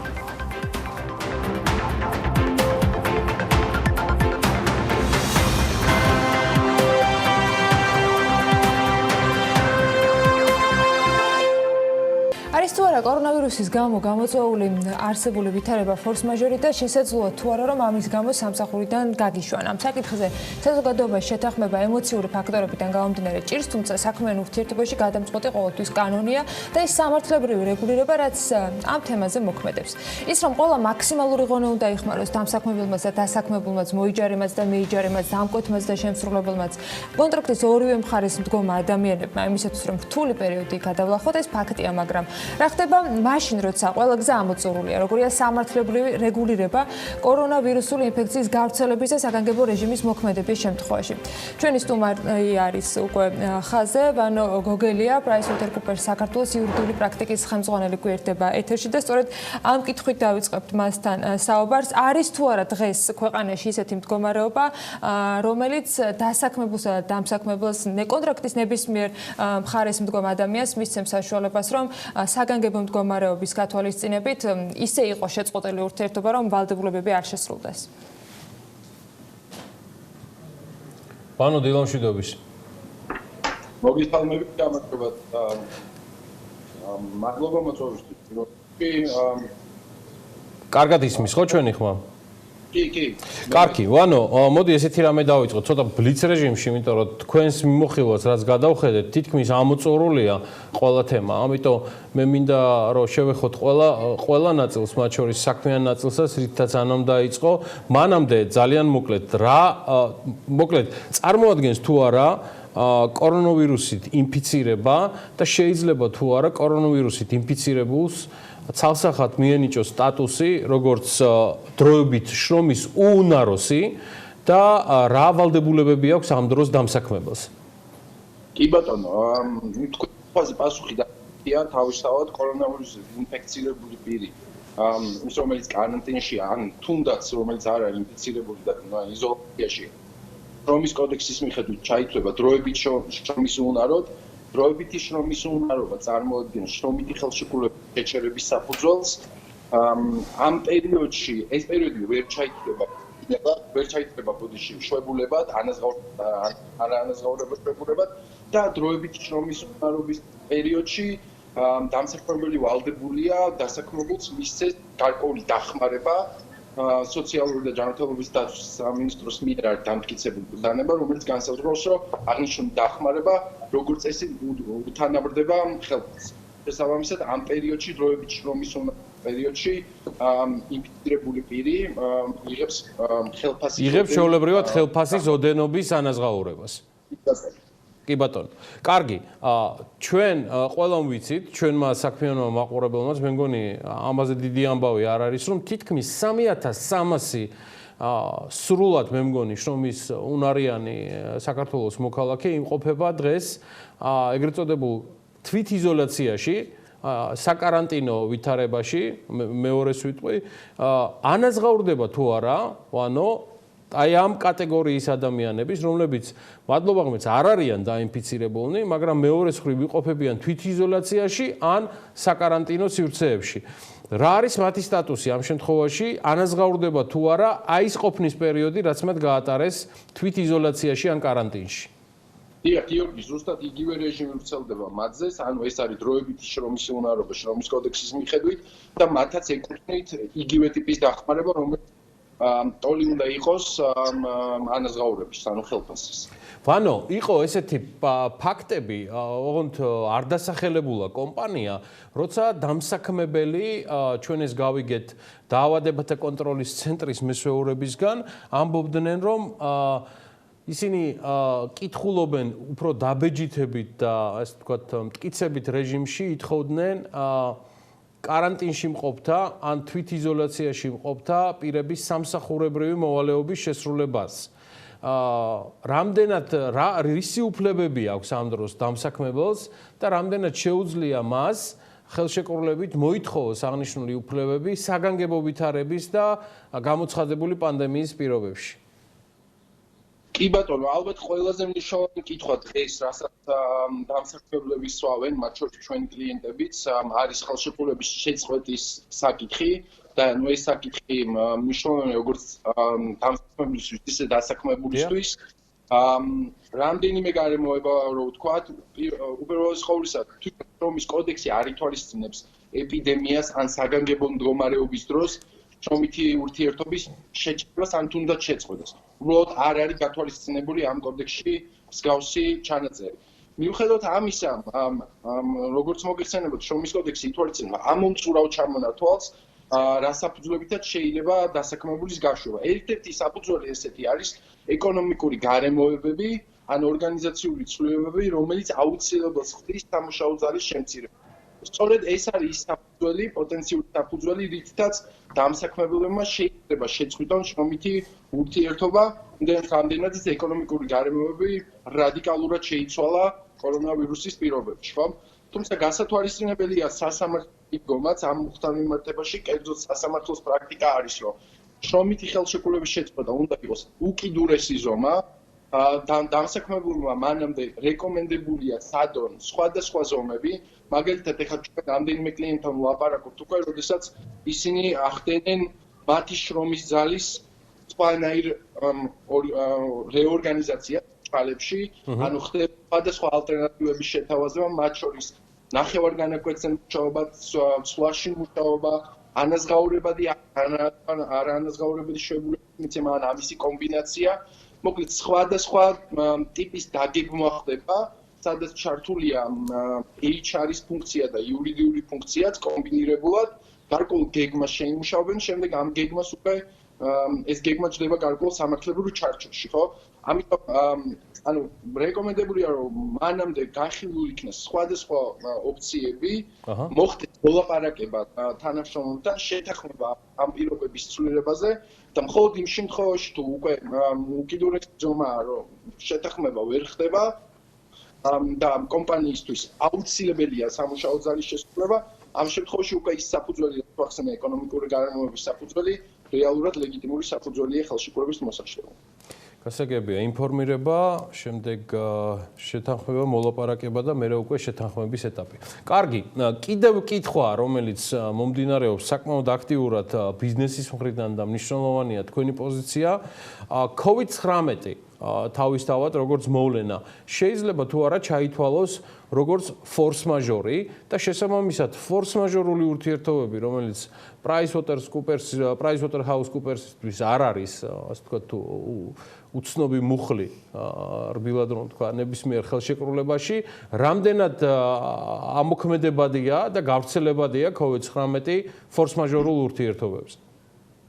კი ბატონო, force majeure თავისთავად აქტუალური თემა გახდა სამართლებრივ სივრცეში განსაკუთრებით, უკვე ბევრი ითქვა რეალურად მართლაც რომ force majeure არის ის დაუძლეველი ძალა, რომელიც ქმნის დაბრკოლებას, რომელიც გაუთვალისწინებელი იყო ხელშეკრულების დადებისას, არ იყო თავიდან არიდებადი, არის კონტროლის მიღმა არის და პირდაპირ მიზეზშედეგობრივი კავშირია ვალდებულების შეძლების შეუძლებლობასთან. ეს წინაპირობები არის ჩვენ შეიძლება გავხვალოთ კონკრეტული გარემოება force majeure. ანუ COVID-19 ზოგადად ესეა. შეიძლება ჩაითვალოს force majeure თუ აი ეს წინაპირობები არის დაკმაყოფილებული. აქ რაც მე მგონი მნიშვნელოვანი შეიძლება იყოს მაყურებლებისთვის რამდენიმე სცენარით შეიძლება წავიდეს სახელშეკრულებო ვალდებულებებთან მიმართებაში ზოგადად სიტუაცია. ანუ პირველი არის რეალურად force majeure, ანუ დროებით შეჩერება ხელშეკრულება, რეალურად ხდება ვალდებულებების გადავადება, მაგალითად საგანგებო მდგომარეობა 21 აპრილამდე თუ დასრულდა სიტუაცია 21 აპრილამდე ხდება გარკვეული ვალდებულების გადავადება და შემდეგ ეს ვალდებულებები შესასრულებელია, თუმცა პერიოდში პასუხისგებლობა მხარეს არ დაეკისრება, ეს არის ერთი სცენარი, მეორე სცენარი force majeure-ის გამო რეალურად მხარემ ინტერესი დაკარგა ხელშეკრულებაში დარჩენის, ანუ ეს არის ის შემთხვევები, როდესაც მხარეს უნდა მიიღო გარკვეული შესრულება კონკრეტულ დროს და მისთვის ამ დროს მიღებულ შესრულებას აქვს მხოლოდ მნიშვნელობა. შესაბამისად force majeure-ის დროს თუ ეს შესრულება ვერ ხდება, ზოგადად ინტერესი შეიძლება დაიკარგოს ხელშეკრულებისადმი და არ მხოლოდ გადავადდეს, არამედ უბრალოდ შეწყდეს. არები დაიშალოს. მესამე შემთხვევა რაც არის, მესამე სცენარი განვითარების არის, რომ მხარეს უკიდურესად გაურთულდეს უბრალოდ ვალდებულება და ასე შემთხვევაში სამოქალაქო კოდექსი იძლევა საფუძველს, რომ მხარები და მოხდეს ხელშეკრულების მისადაგება შეცვლილ გარემოებებისა. ეს ძალიან მნიშვნელოვანი ნაწილია, რეალურად მხარები ჯდებიან მოლაპარაკებების წარმართავენ, პირს რომელსაც ვალდებულების შესრულება აქვს უფლება მოითხოვოს მისადაგება შეცვლილ გარემოებისადმი, თუ ეს მისადაგება არ ხდება, მას აქვს უფლება ხელშეკრულება დატოვოს. ანუ რეალურად ჩვენ ხედავთ, რომ აი ამ სამი განზოგადოებულად ამ სამი სცენარით შეიძლება განვითარდეს მოვლენები. ელი თუ არა რისკებს და არსებობს თუ არა თქვენგან რაიმე ტიპის რეკომენდაცია COVID-19-ის გამოისობით, ვიდრე გაერკვევიან ან მოისმენენ ამჟამინდელ თქვენ ახსნა განმარტებას მისი force majeure-ის შესაძლო განვითარებასთან დაკავშირებით, ბიზნესმა ამ ეთერშიც, ანუ რამდენჯერმე გამოთქვა დააფიქსირა რისკი, საფრთხეები, მოდი ესე ვიტყვი, რომ შესაძლოა გარკვეული ვალდებულებები, გარკვეული ტრანზაქციები სწორედ ამ ვითარების გათვალისწინებით არ შესრულდეს და ამან შეაფერხოს მიმდინარე პროცესები. ამის რისკი არსებობს. არსებული ვითარებიდან გამომდინარე, ამ დროს არსებობს თუ არა რაიმე შედარებით სწრაფი გადაწყვეტილება, ცხადია კომუნიკაციის მიღმა, მუდმივი კომუნიკაციის მიღმა მხარეებს შორის.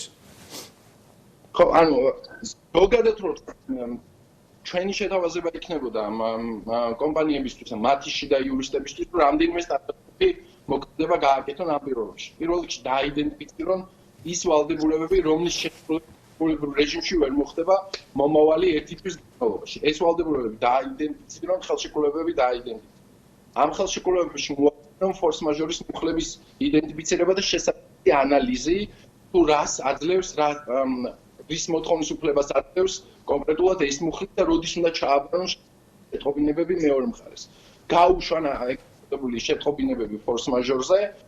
შემდეგ მნიშვნელოვანია, რომ ეს დაბაში არ გადაიტაროს, აუცილებლად მოხდეს მეორე მხარესთან მოლაპარაკებები, რომ მოხდეს განსხვავებული პირობების შეთანხმება.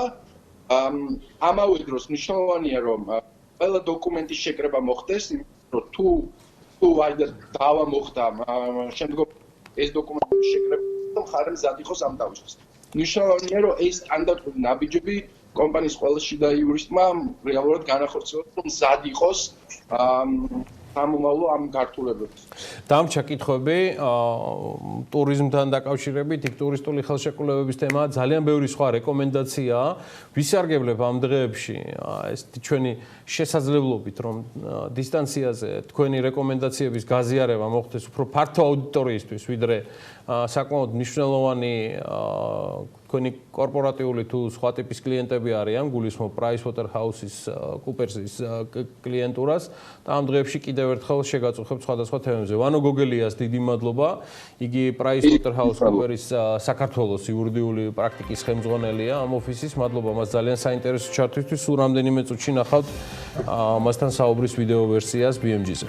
ჩვენ რამდენიმე წუთში ასე ვეუბნები, შეიძლება რომ მცირე სატელეფონო საუბარი ქონდეს ბიზნეს ომბუდსმენთან, თუმცა იქამდე კიდევ ერთ ბიზნესზე თბილისში სააქციო საზოგადოება ელმავალ-მშენის ქარხნის ბაზარზე უნიკალური ელმავალი შეიქმნა, რომელიც როგორც ტექნიკური მახასიათებლებით, ასევე დანიშნულების კუთხით სრულად განსხვავებული პროექტია.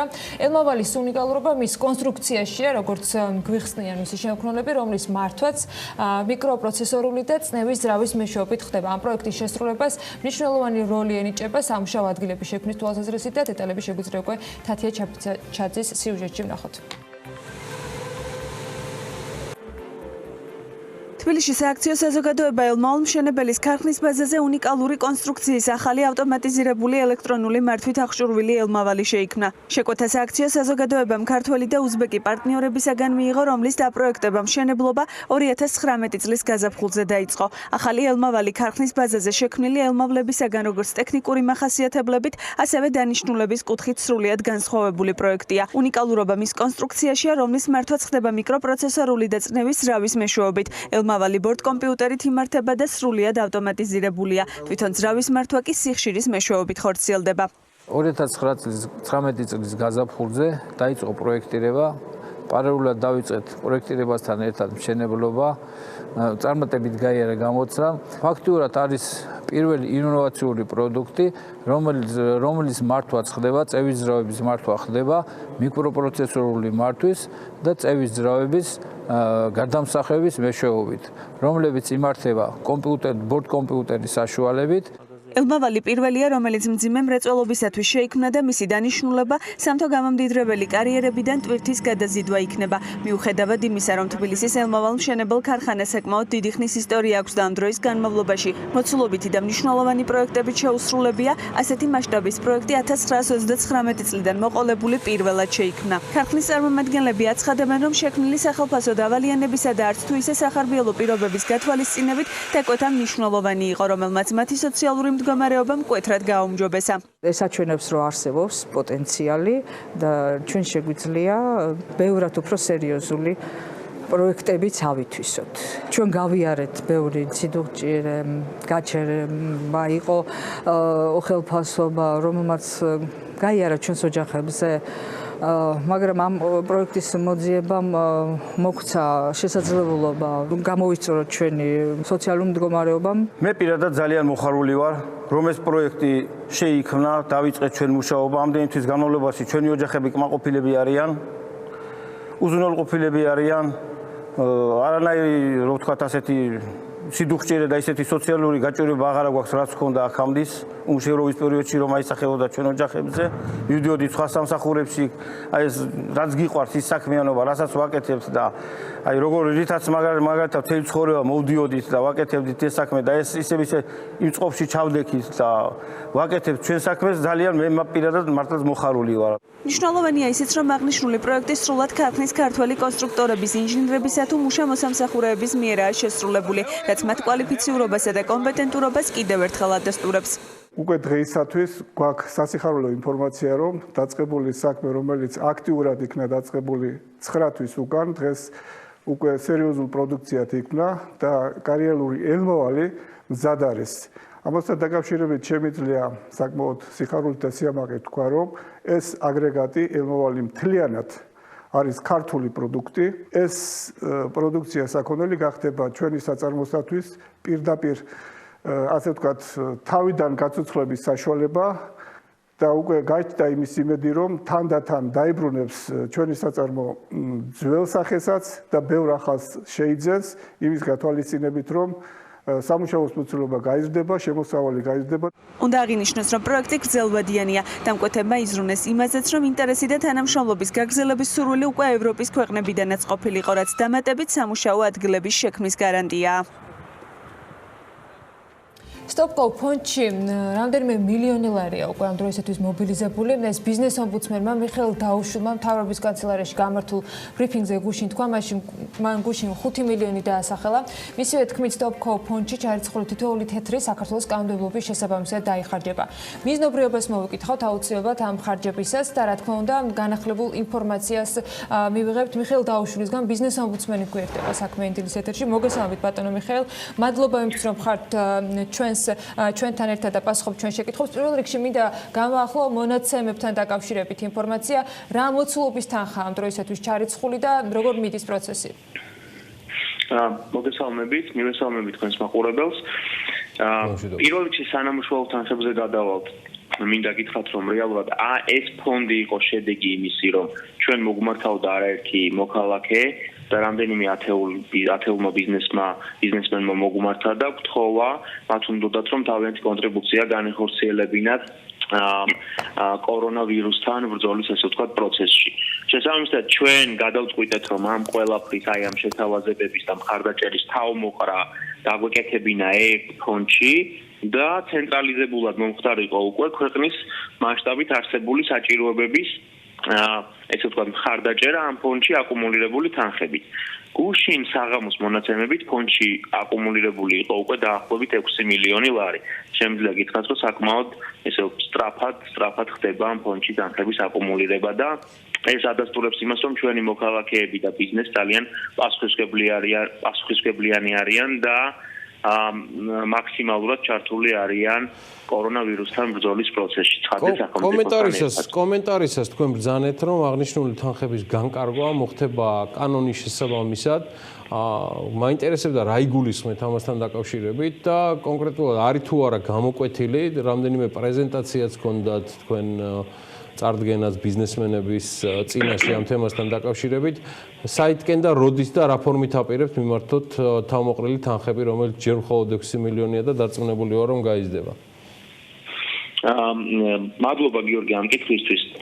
ცხადია, რა თქმა უნდა, ჩვენ ვთქვით და თანხების ხარჯვა მოხდება კანონის შესაბამისად. როდესაც საუბრობთ კანონის შესაბამისად, თქვენ იცით, რომ საქართველოს შესყიდვების კანონმდებლობა ითვალისწინებს სხვადასხვა პროცედურას გარემოებების მიხედვით თუ რა საჭიროებები დგას, რა გამოწვევის წინაშე დგას სახელმწიფო და ამის შესაბამისად ხდება უკვე თანხების ხარჯვა. და როდესაც საუბრობთ კანონმდებლობის მიხედვით ხარჯვაზე, აქ უმნიშვნელოვანესი არის ცხადია ტრანსპარენტულობა და სწორედ ამას ემსახურება ანუ ის განმარტება, რომ თითოეული თეთრი და თითოეული ლარი დაიხარჯება საქართველოს კანონის შესაბამისად, საქართველოს მოქალაქეების, ესე ვთქვათ, საჭიროებების შესაბამისად. რაც შეეხება უშუალოდ პრიორიტეტებს, ნომერ პირველი პრიორიტეტი, რითიც უნდა მოხდეს ესე ვთქვათ ამ ფონდში აკუმულირებული თანხების გამოყენება ეს არის ცხადია სოციალურად მოწყვლადი ჯგუფების საჭიროებების დაკმაყოფილება. რეალურად ჩვენ როგორც თავიდან უკვე ვთქვით, ბევრი ადამიანი მოგმართავდა და ისინი გვთავაზობდნენ რომ დააფინანსებდნენ სხვადასხვა კონკრეტულ პროექტს რეგიონების მიხედვით პირობითად ან შეიძენდნენ სხვადასხვა სამედიცინო სახარჯ მასალას და ასე შემდეგ. რეალურად რომ არ მომხდარიყო აი ამ შემოთავაზებების და ამ კონტრიბუციის არასწორად მიმართვა და არასწორად განაწილება, ჩვენ სწორედ ამიტომ გადავწყვიტეთ რომ შეგვექმნა ცენტრალიზებული ფონდი და გაგვეკეთებინა ამ თანხების მობილიზება, რომ დროის და საჭიროების მიხედვით უკვე განკარგოთ ეს თანხები და უპასუხოთ ყველაზე გამოწვევებს. როდის გვეცოდინება თუნდაც შემდეგი თქვათ გადარიცხვების წასახალისებლად იმისათვის რომ ვიცოდეთ უფრო უკეთ საჭიროებებისაც ჩანს რა პრინციპით მოხდება განაწილება ამ თანხების. თქვენ აღნიშნეთ რომ საჭიროებების მიხედვით, მაგრამ ვინ განსაზღვრავს და რა კომუნიკაციაში ხართ თქვენ? ანუ ვისთან ხართ ამ მიმართულებით სამუშაო რეჟიმში? ამ კუთხით ცხადია სამუშაო რეჟიმში ვართ ზოგადად საქართველოს მთავრობასთან. რეალურად ჩვენ ყოველდღიური კომუნიკაცია გვაქვს სხვადასხვა სამინისტროსთან და იმის მიხედვით დღეს ახლა თქვენ იცით რომ ჯერჯერობით თანხები განკარგული ამ ფონდიდან არ არის. მაგრამ ჩვენ ვართ ყოველდღიურ კომუნიკაციაში მთავრობასთან და სამინისტროებთან და როგორც კი გამოიკვეთება რომ კონკრეტული მიმართულებით კონკრეტული ვთქვათ სამინისტროს სჭირდება მხარდაჭერა და უпростоრად ჩვენს მოქალაქეებს სჭირდებათ მხარდაჭერა სოციალური კუთხით ან თუნდაც სამედიცინო კუთხით ამ ფონდიდან მოხდება ამ უკვე საჭიროებების დაკმაყოფილება და თანხების მიმართვა.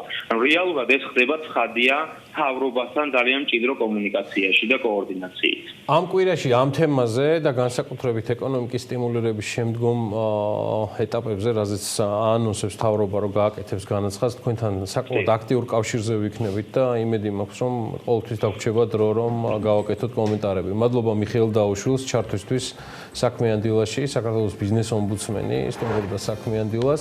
ეხლა კი ჩვენ შეგვიძლია უკვე დავაანონსოთ 10 საათიანი ბლოკი, რომელსაც გადავსვით, რომელსაც სულ მალე ბექაბაციკაძე გაუძღვება და დღეს 4 შაბათია ბუკა პეტრიაშვილის მსოფლიო როგორც ასეთი. პანდემიას ებრძვის დედამიწა კორონავირუსმა დაიპყრო მსოფლიო როგორც ასეთი და ცხადია ბუკა პეტრიაშვილი გვერდს თანამედროვე გამოწვევების წინაშე არსებულ ძლიერ თამაქვეყნისათა ამბებს ვერაფრით მოგვაკლებს. PM-ში საერთაშორისო მიმოხილველი სწორედ ბექაბაციკაძესთან ერთად რამდენიმე წუთში ყველაზე ცხელი თემის გავლენით ნაკარნახევ პოლიტიკურ ნაბიჯებზე მოგვიყვება, როგორია მსოფლიო დღეს როგორც ასეთი რამდენიმე წუთში საქმიანი მიმოხილველი ელოდებათ.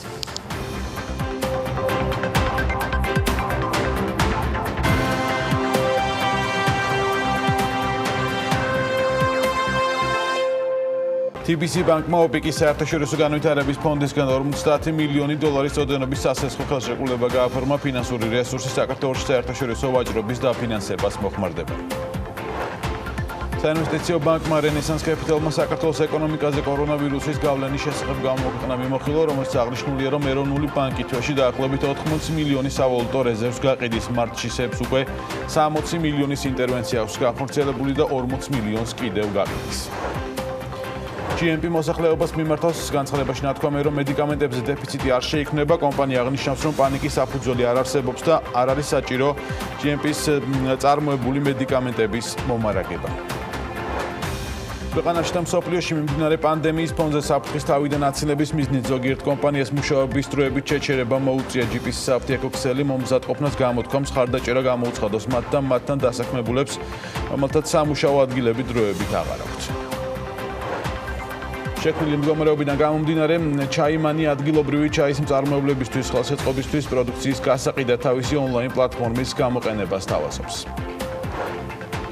საქართველოს ბიზნეს ასოციაციის ინფორმაციით მათი წევრი ნავთობ კომპანიების სრულად ახორციელებენ საკოორდინაციო საბჭოს მითითებებს და განცხადების მიხედვით, რომელიც ბანკმა გაავრცელა მთელი საქართველოს მასშტაბით გასამართ სადგურებზე განთავსდა სადეზინფექციო სითხეები, პირადი ჰიგიენის დაცვის საშუალებები, ხელთათმანები, პერსონალს დამატებით განემარტა თავდაცვის თითოეული საშუალების მნიშვნელობა. TBC-ის ბიზნეს ტრენინგები, რომელიც სხვადასხვა ინდუსტრიაში მოქმედი მიკრო, მცირე და საშუალო ბიზნესის წარმომადგენლების იმართება TBC-ის ტრენინგ ცენტრიდან ონლაინ სივრცეში ინაცვლებს. დილომშვიდობის ერთი კვირის წინ ჰონკონგი სამაგალითო ქალაქებს შორის ახალდებოდა, რომელიც კორონავირუსის წინააღმდეგ ეფექტიანად იბრძვის, როგორც სახელმწიფო სექტორი, ასევე მოქალაქეების შესაბამისად დაბალი იყო ინფიცირებულთა რაოდენობა, მიუხედავად იმისა, რომ ის თვეების განმავლობაში ყველაზე საშიშ ზოლში იმყოფებოდა. COVID-19-ის წინააღმდეგ შემუშავებული მოდელის მთავარი იდეა კი ისევ და ისევ თვითიზოლაციას გულისხმობდა, თუმცა მდგომარეობა რადიკალურად შეიცვალა ერთი კვირის განმავლობაში. რა მოხდა ჰონკონგში და რატომ აფეთქდა ინფექცია? ხელახლა CNN-ის ინფორმაციას დაგრძნობით ნახოთ მარიამ ადამიანის სიუჟეტი.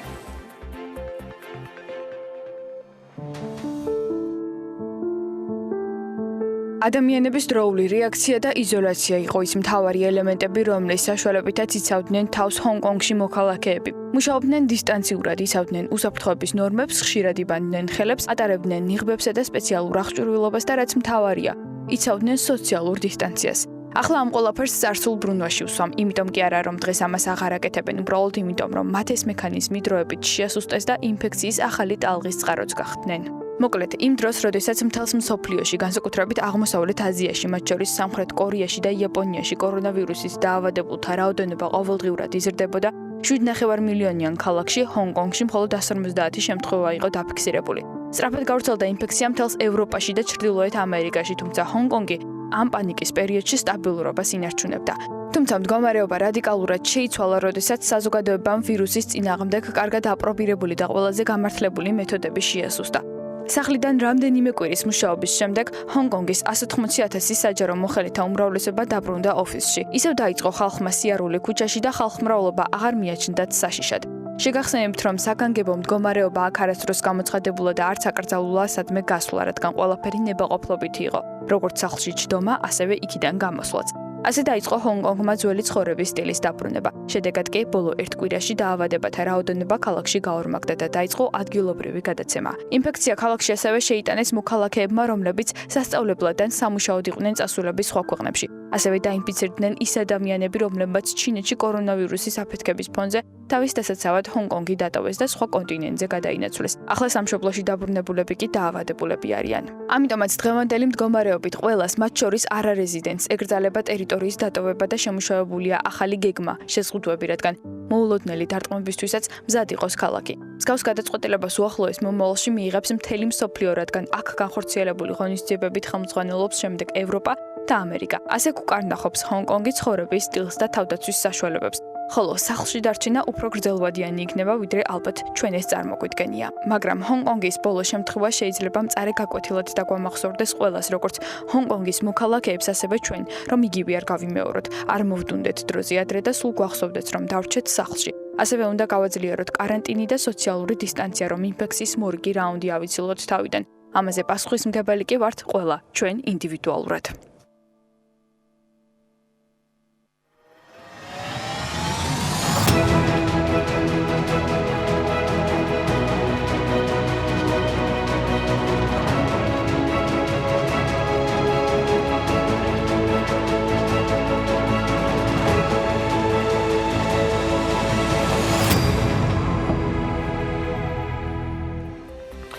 CNN-ის ინფორმაციით, ჩინეთის ხელისუფლება ხუბეის პროვინციაში კარანტინის ფარგლებში გამოცხადებულ თითქმის ყველა შეზღუდვას 25 მარტიდან, დღეიდან გაუქმეს. პროვინციის ცენტრში ქალაქ უხანში შეზღუდვები ძალაში 8 აპრილამდე დარჩება. ჩინეთი, რომელიც პანდემიის წყარო გახდა, ნორმალურ რიტმს ეტაპობრივად უბრუნდება, დანარჩენი მსოფლიოსთვის კრიზისული დღეები ახლად დგას.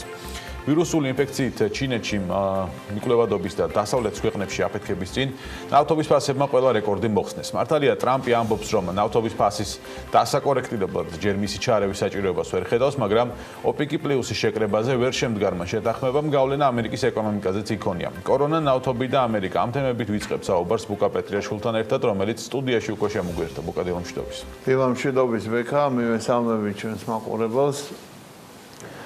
ბატონებო და ქალბატონებო, ჩვენ გვაქვს შეთანხმება, ეს სიტყვები ეკუთვნის თეთრი სახლის იურიდიულ საქმეთა წარმომადგენელს, რომელმაც სულ რამდენიმე წუთის წინ განაცხადა მიღწეული შეთანხმების თაობაზე, რომელიც გულისხმობს 2 ტრილიონი დოლარის ამერიკის ეკონომიკისთვის მასტიმულირებელი პაკეტის სახით გამოყოფას. ეს არის სარეკორდო ციფრი, ეს არის მართლაც 1933 წლის მერე ყველაზე ესეთი სარეკორდო მაჩვენებელი, რამაც სხვასთან ერთად, რადგან შემდეგ ნაწილში ვისაუბრებ, გამოიწვია ბუნებრივია მისმა მოლოდინმა, რომ შეთანხმება შედგებოდა, გამოიწვია ნავთობზე ფასების მცირედი კორექტირება, ანუ ზრდის მიმართულებით, ცოტა ხნის წინ, საათების წინ ნავთობის ფასი ცოტათი გაიზარდა, როგორც ბრენტის მარკის, ისევე სუბუქი ტეხასური ნავთობის 28 და შესაბამისად $24 ფარგლებში. რა თქმა უნდა, რეკორდულად დაბალია.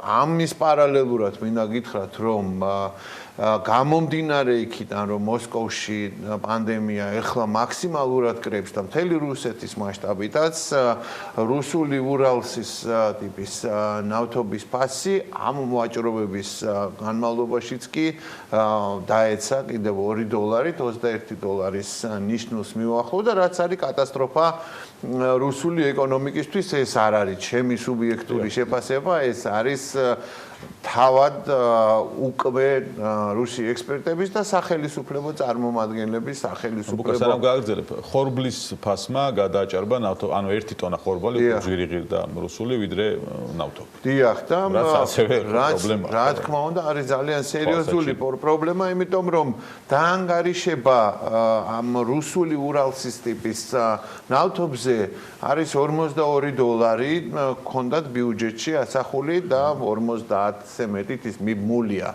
ბრენტის ტიპის მარკის ნავთობთან და ეს არის ნახევარი იმისა რეალურად რასაც აწევს რუსული ეკონომიკა მხოლოდ და მხოლოდ არსებული რეზერვების ხარჯზე. ის 570-ზე მეტი, ოდნავ მეტი მილიარდი $, რომელიც არის რუსეთის განკარგულებაში, ის ძალიან სწრაფად დადნება და ძალიან სწრაფად აორთქდება. ეს არ არის ყველაფერი გამოწვეული მხოლოდ კორონავირუსით. შევახსენებ ჩვენს მაყურებელს, რა თქმა უნდა, რომ რუსეთის ოფიციალური წარმომადგენლების მიერ ჩაშლილმა OPEC+-ის შეხვედრამ და შეთანხმების გაგრძელებამ განაპირობა ის, რომ 1 აპრილიდან ყველა თავისუფალია თავისი მოპოვების მოცულობების განსაზღვრაში. ამერიკის შეერთებული შტატები ბუნებრივია არც ასევე გრძნობენ მაინც და მაინც კმაყოფილად, იმიტომ რომ ერთი არის, რა თქმა უნდა, თავარი დარტყმა მიდის ფიქლის ნავთობის მომპოვებელ კომპანიებზე, რომელსაც ძალიან სერიოზული პრობლემები შეექმნა და ასევე თავად ნავთობის ინდუსტრიაც შესაბამისად ამერიკის შეერთებული შტატების პრეზიდენტმა, როგორც სწორად აღნიშნენ, ჯერჯერობით თავი შეიკავა უშუალოდ ჩარევისგან და უშუალოდ საუდის არაბეთის სამეფო ოჯახთან მოლაპარაკებისგან, მაგრამ დადასტურებული ინფორმაციით სპეციალური წარმომადგენლები იქნებიან მივლენილი საუდის არაბეთში, ამერიკის შეერთებული შტატების საელჩოს შემადგენლობაში იქნებიან რამდენიმე თვის განმავლობაში წარიმართება მოლაპარაკებები, რათა შედგეს შეთანხმება საუდის არაბეთსა და ამერიკის შეერთებულ შტატებს შორის ერთგვარი სტრატეგიული ალიანსის შექმნაზე არის საუბარი, რომელიც განსაზღვრავს მოცულობებს რაღაცა პერიოდის მანძილზე, განსაზღვრავს მოცულობებს თუ რა მოცულობებზე უნდა დავიდეს მოპოვება. შეგახსენებთ, რომ საუდის არაბეთი დღეს მოიპოვებს 9 მილიონ ბარელზე ოდნავ მეც და ის არის ხელფეხგახსნილი, ესე ვთქვათ, რომ 12.3 მილიონ ბარელზე ავიდეს დღის მოპოვების მაჩვენებელს. რაც კიდევ უფრო დაწევს. რა თქმა უნდა, მაგრამ აქ კიდევ ერთი ძალიან მნიშვნელოვანი გარემოება არის. საუდის არაბეთს თავისი რეზერვების შეშვებაც უნდა ბაზარზე, რაც წალეკავს მართლაც ნავთობის ფასს. ეს არის გამოწვეული რუსეთსა და საუდის არაბეთს შორის ძალიან სერიოზული დაპირისპირებით, მაგრამ ორივე მთავარი და სამივე მთავარი მოთამაშე ითვალისწინებს ბუნებრივია კორონავირუსით გამოწვეულ ეკონომიკურ შეფერხებას. დღეს გიორგი მაცის საუბრად მუდმივად არის ჩვენი BMG ჯგუფის მიერ მომზადებული და Forbes-ის რუსეთის მიერ მომზადებულ ინფორმაციებში, რომ რეცესიაში შედის მსოფლიო ეკონომიკა. შესაბამისად, ნავთობი ბაზარზე კი შეიძლება გამოიყაროს ეს ულევი რაოდენობის ნავთობი, მაგრამ თუნდაც დარესტარტებული ჩინეთის პირობებშიც კი რეალურად მოხმარება მაინც არ მივა სასურველ ზღვერებამდე და სასურველ მაჩვენებლებამდე უახლოესი ხნის განმავლობაში. შესაბამისად, რუსეთის ხელისუფლებას უწევს ძალიან სერიოზულად დაუფიქრდეს თავის ესე ვთქვათ ამ შეფასებას ბიუჯეტს და მათ უკვე ძალიან სერიოზული საუბარი წავიდა იმის თაობაზე რომ მოუწევთ სეკვესტრის გაკეთება. გადახედვა ხდება უკვე მთავრობა შეიკრიბა არაერთხელ პუტინის ხელმძღვანელობითაც შეიკრიბა და მათ მოუწევთ გადახედვა და გადაანგარიშება რეალურად.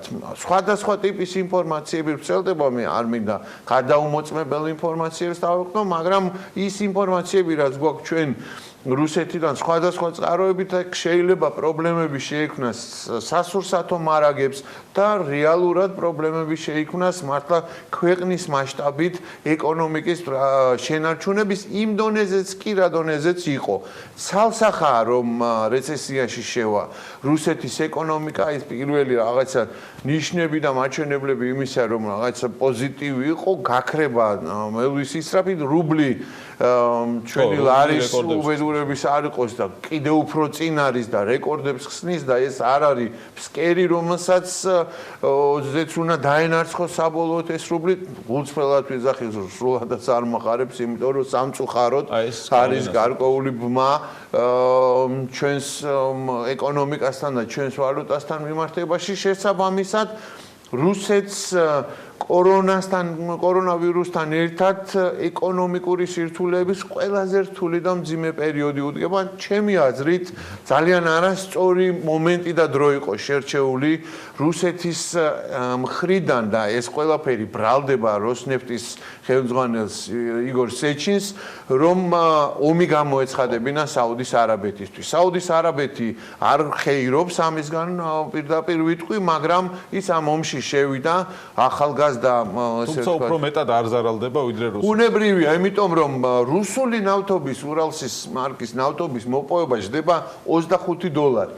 როდესაც საუდის არაბეთის ბარელი ნავთობის მოპოვება ჯდება $3. განსხვავება სახეზია და ყველა ხდება პირობებს, ტექნოლოგიებს, კლიმატურ პირობებს ავითარებაში რესურსად. მათ რა თქმა უნდა, რომელიც არის, შეიძლება ცოტათი ნაკლები იყოს სარეზერვო ფონდი საუდის არაბეთის, მაგრამ მოსახლეობა ძალიან ბევრად ნაკლებია და შესაბამისად შეიძლება რეფორმები გადაიდოს, მაგრამ შიმშილი და უბენზინობა ნამდვილად არ შეაწუხებს საუდის არაბეთს. კორონა ვირუსი ერევა, ასე ვთქვათ, მაგალითად მიგრანტების საკითხში, თურქეთთან მიმართებით, ეს უსაფრთხოების თემები, რა ხდება ამ სიახლეებით თუ არის ამ კუთხით, არ იყო ეს თემა, ანუ ამ მიმართებით კორონა აქტუალური, მაგრამ ეხლა ძალიან აქტუალურია. ძალიან აქტუალური ხდება რეალურად, იმიტომ რომ არსებული ინფორმაციით საერთაშორისო საფინანსო ინსტიტუტები და საერთაშორისო ორგანიზაციები განიხილავენ, ეს არ არის ჯერ დადასტურებული და ხელმოწერილი დოკუმენტი, მაგრამ $1.7 მილიარდი გამოყოფას კორონავირუსთან საბრძოლველად იქ, სადაც ყველაზე მწვავედ დგას მიგრანტების საკითხი. თურქეთი და ევროკავშირი არ აჩერებენ კორონავირუსმა ბუნებრივია გავლენა იქონია სამხედრო მოქმედებების წარმოებაზეც და ყველა პროცესზე რაც ირგვლივ იყო, მაგრამ ეხლა თურქეთის საზღვრები ჩაკეტილია და ეხლა ამ თურქეთის საზღვრებთან არის კონცენტრირებული მიგრანტების ძალიან დიდი რაოდენობა, თუმცა სულ ცოტა ხნის წინ თურქეთის საგარეო საქმეთა მინისტრმა ძალიან გულნატკენი პოზიციიდან და საკმაოდ მწვავე წერილი ქვეყნა Financial Times-ში, რომელშიც ის აკრიტიკებს ევროკავშირს მიგრანტების საკითხთან დაკავშირებით თურქეთთან მიმართებაში არასამართლიანი ქცევის და გამოისობით და თურქეთი აძლევს პირდაპირ მინიშნებას, რომ ის არ შეწყვეტს, არ შეაჩერებს, აღარ შეაკავებს ამ პროცესს, როგორც კი მოვლენები განსხვავებულად განვითარდება, თუმცა ისინი მზად არიან ამ მოლაპარაკებების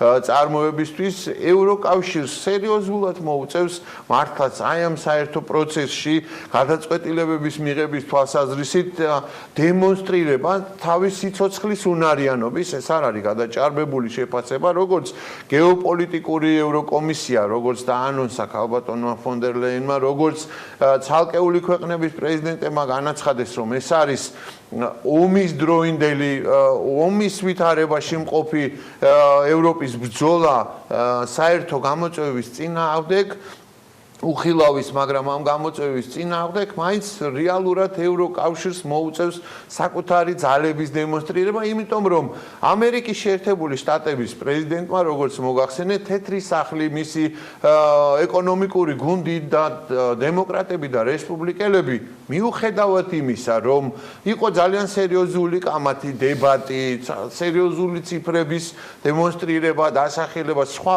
წონა, სხვა მასშტაბია, ბუნებრივია, განსხვავება მაგალითად დემოკრატების მიერ შეთავაზებულ გეგმასა და რესპუბლიკელების მიერ შეთავაზებულ გეგმაში არის 700 მილიარდი დოლარი, 2.5 ტრილიონ დოლარს ითხოვდნენ დემოკრატები და ტრილიონ 800 მილიარდს რესპუბლიკელები, მაგრამ შეთანხმდნენ სადღაც შუაში 2 ტრილიონზე შეთანხმდნენ. ეს არ არის თან მხოლოდ ეს 2 ტრილიონი, ამას კიდევ ფედერალური სარეზერვო სისტემის 4 ტრილიონის ფასიანი ქაღალდების და ობლიგაციების თემაში ჩარევა ემატება, ბუნებრივია, ყველა ძალა იქნება მიმართული იქითკენ, რომ ეკონომიკა გადაარჩინოს. დონალდ ტრამპა უკვე იცით თქვენ, რომ ამაზეც ისაუბრა სულ ცოტა ხნის წინ, რომ მას უნდა ძალიან, რომ 12 აპრილისთვის, როდესაც კათოლიკეების აღდგომა უწევს, იყოს ხალხი დაბრუნდეს სამსახურებში,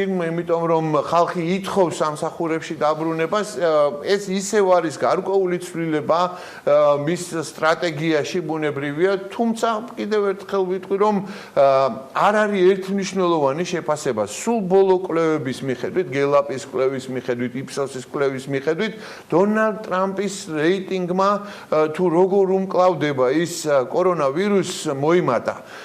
გელაპის კვლევის მიხედვით ნიშნულოვნად მოიმატა, ხოლო იფსოსის კვლევის, როიტერსის და იფსოსის კვლევის მიხედვით სულ რაღაც 4%-ით მოიმატა და ის უახლოვდება მისი საქმიანობის შეფასება 59%-ს, რომელიც სულაც არ არის ცუდი მაჩვენებელი რეალურად, ვინაიდან ასეთ ვითარებაში კი ნამდვილად შეიძლება ითქვას, რომ ისიც დასასრულს აღნიშნოთ, რომ ვიცე-პრეზიდენტს ამერიკის შეერთებული შტატების, რომელიც ელოდებოდა პასუხს კორონავირუსის ტესტთან დაკავშირებით არ დაუდასტურდა, ნეგატიური ეს პასუხი.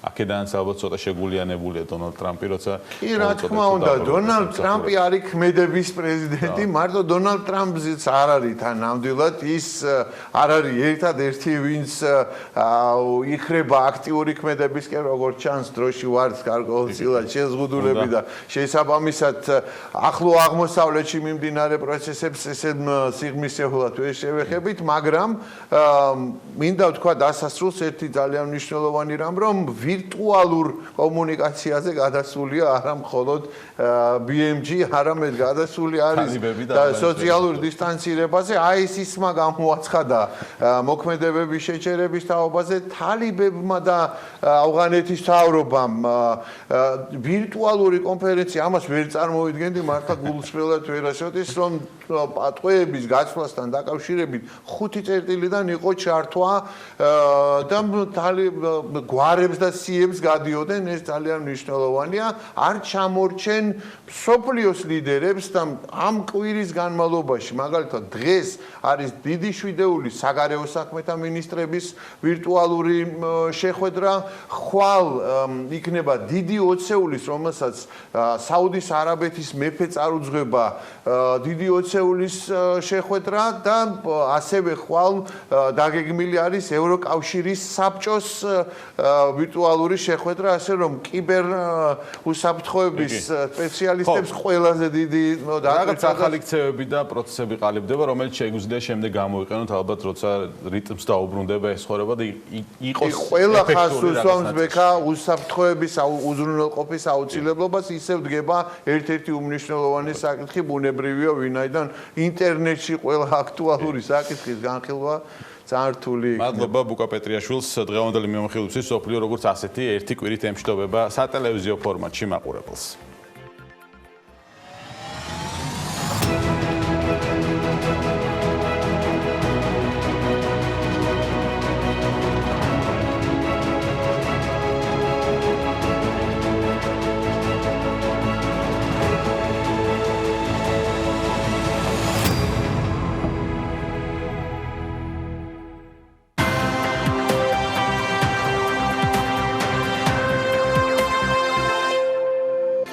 ახალი ხედვებით, იდეებით, ინტერვიუებითა და სიახლეებით დატვირთული Forbes Women-ი ახალ ნომერში უკვე გაყიდვაშია ყდაზე უსაზღვრო შესაძლებლობების სათავეში მდგომი საქართველოს ბანკი და მისი ლიდერი ქალბატონები არიან წარმოდგენილი. მთავარი ხაზი კი ისევ ქალთა გაძლიერებაზე და მათი როლის ზრდაზე გადის, როგორც ბიზნესში, ასევე ეკონომიკაში და ზოგადად ქვეყნის განვითარების პროცესში, ასე რომ ნახოთ Forbes Women-ის მარტის ნომერი და საქმიანი ქალბატონების მურიგ კრებულს, რომელსაც მარიამ ადამიანი მოიხილავს.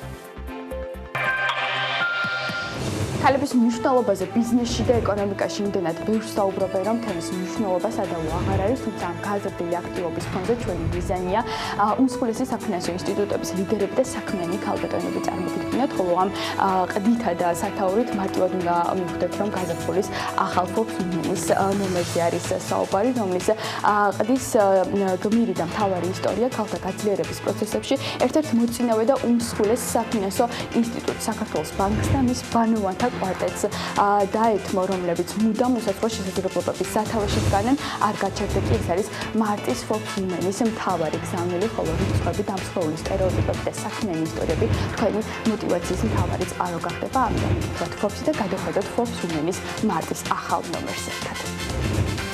8 მარტიდან 8 მარტამდე ასე დაერქვა ბლოგს, რომელიც სრულად ქალთა მიმართ ძალადობას დაეთმო. თავარი კი იმ იდეის თქვენამდე მოტანაა, რომელიც საკუთარი შესაძლებლობების დარწმუნებაში დაგეხმარებათ. Forbes Women-ის ახალ მარტის ნომერში ასევე წაიკითხავთ დარღვიეთ წესები, რომლებიც თქვენი შექმნილი არ არის. თუ შეფასება წარმატების საფუძველია. ცვლილებების კვალდაკვალ თამარ ბაღდავაძე დგას. ქალის სათავეში კი მერსედეს ვერა მარტინია. როგორია მისი გზა ეკონომისტის პოზიციიდან საქართველოში საერთაშორისო სავალუტო ფონდის მისიის ხელმძღვანელობამდე. დეტალებზე ექსკლუზიურ ინტერვიუში თავად საუბრობს.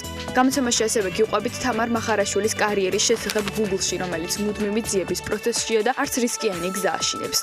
საკუთარი ლინზების მიღმა კი შვედეთის რიქსტაგის ვიცე-სპიკერი კერსტინ ლუნგრენი დგას. ასევე ნახავთ ინტერვიუს ნათია ზედგინიძესთან, სათაურით წარმატების მუხტის დაუსრულებელი ციკლი. თამარ ბადაშვილი კეთილი ჯაჭვის შესახებ გუყვება. გაგაცნობთ ასევე ლიდერ ქალებს ვაჭრობის ფინანსირებაში, ქალ შეფმზარეულს თეკუნა გაჩეჩილაძეს და ხატია გაბისონიას, რომელიც პროფესიით ადამიანების გადარჩენია.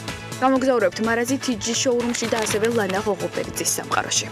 წარმატება ხომ გადამდებია შესაბამისად ქალთა გაძლიერების პროცესებში მნიშვნელოვანია სხვისი მიღწევების გაზიარება, ამიტომ იკითხეთ Forbes-ი და იყავით წარმატებული. Forbes Women-ის მარტის ნომერი კი უკვე გაყიდვაშია და მისი ნახვა შეგიძლიათ ნიკორასა და ფრესკოს სუპერმარკეტებში.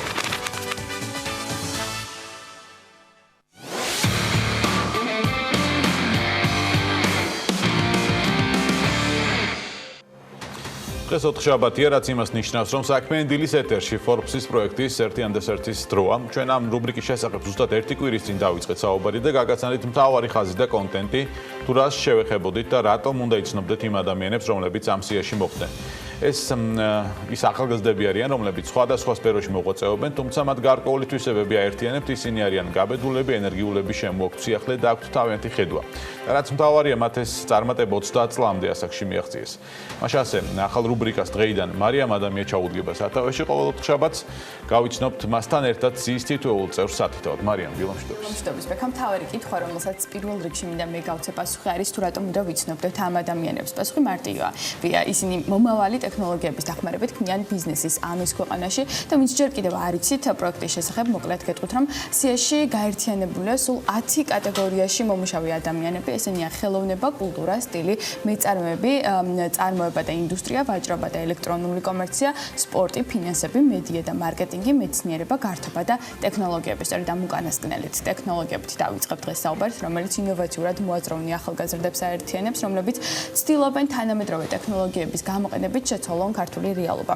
კატეგორიის გამარჯვებულები ბაზარზე მსოფლიოში აღიარებული ინოვაციური მეთოდების იმპლემენტაციას ახდენენ, შედეგად კი ქვეყანაში წარმატებულ და ეფექტიან ბიზნეს გარემოს ქმნიან. ასე მოხდა ვატოველიაშვილის შემთხვევაში, რომელმაც უცხო ენების შემსწავლელი ქართული ონლაინ პლატფორმა ლინგვინგი შექმნა და ერთ სივრცეში ათასობით ადამიანი გააერთიანა. მოკლედ, ლინგვინგის დამფუძნებელი ვატოველიაშვილია დღეს ჩვენი სტუმარი. ვატო, დილა, მშვიდობისა, მადლობა, რომ ჩვენთან ერთად ხარ. პირველ რიგში, რა თქმა უნდა, სწორედ და სერთიც დავიწყოთ, რას ნიშნავს შენთვის ეს აღიარება და ის, რომ სიის ერთ-ერთი გამარჯვებული ხარ.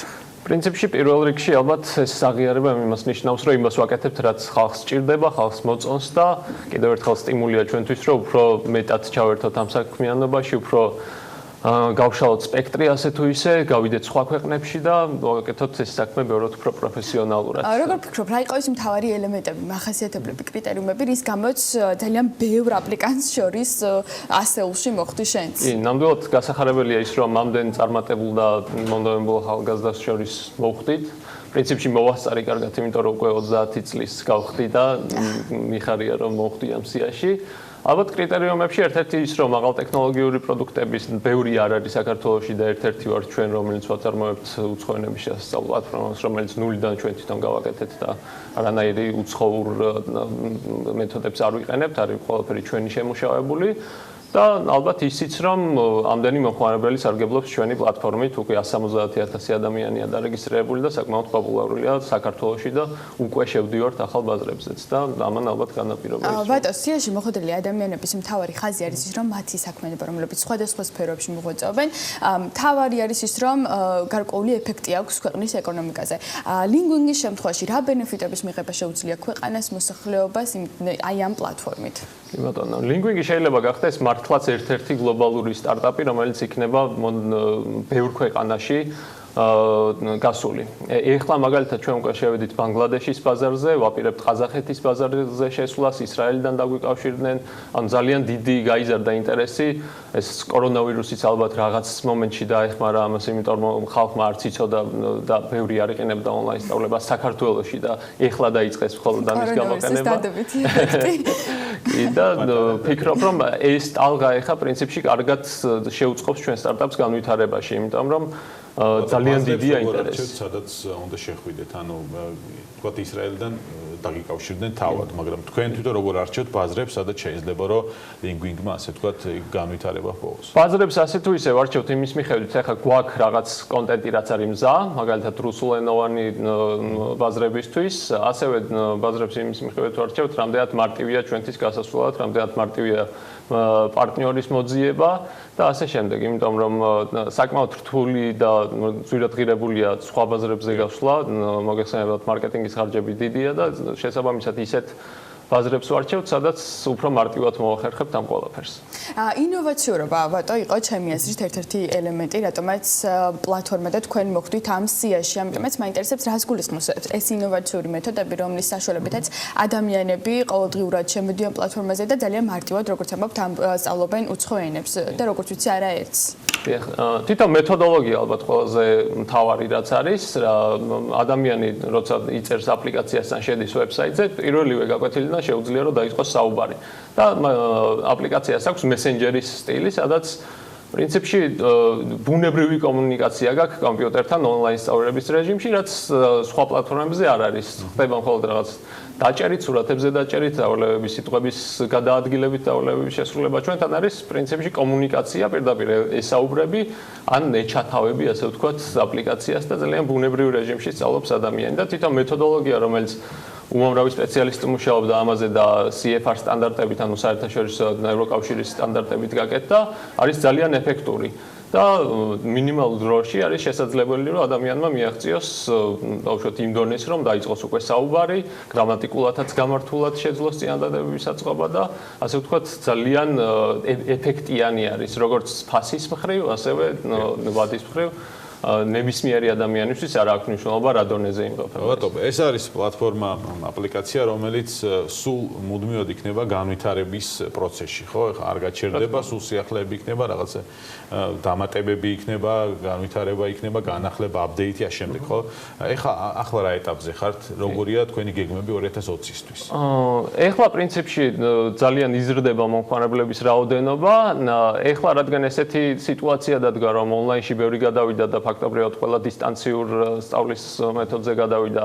ჩვენ შევქმნით ჯგუფიც Facebook-ზე უცხო ენების მასწავლებლები Lingwing, სადაც შეუძლია ნებისმიერ მასწავლებელს მოგვწეროს და მათ ვეხმარებით, რომ ეს მეთოდები დანერგონ თავის სწავლის სწავლების პრაქტიკაში და გამოიყენონ Lingwing-ი როგორც დამხმარე მასალა და ასევე ვეხმარებით სხვა დისტანციური მეთოდების გამოყენებაში და გვინდა ზოგადად საბოლოოდ შევქმნათ რაღაც ვირტუალური კლასები, სადაც ეს მასწავლებლები გაერთიანებენ თავიანთ მოსწავლეებს. ბატონო, ამ დროისთვის რამდენი ენაა პლატფორმაზე ხელმისაწვდომი და რა სიახლეებს თავზობთ მათ შორის უცხოელებს, რომლებსაც ქართული სწავლა უნდათ?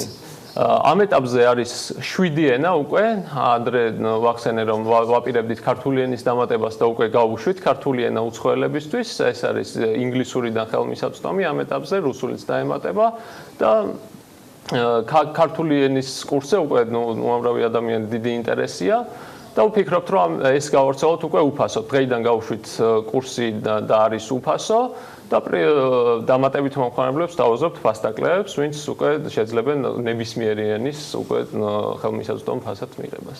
ძალიან დიდი მადლობა. წარმატებებს გისურვებთ. მე მაყურებელს შევახსენებ, რომ ბატო ველიაშვილი Lingwing-ის დამფუძნებელი იყო ჩვენთან ერთად, ასე რომ დარჩით სახლში და ისწავლეთ 7 ენა Lingwing-ის საშუალებით.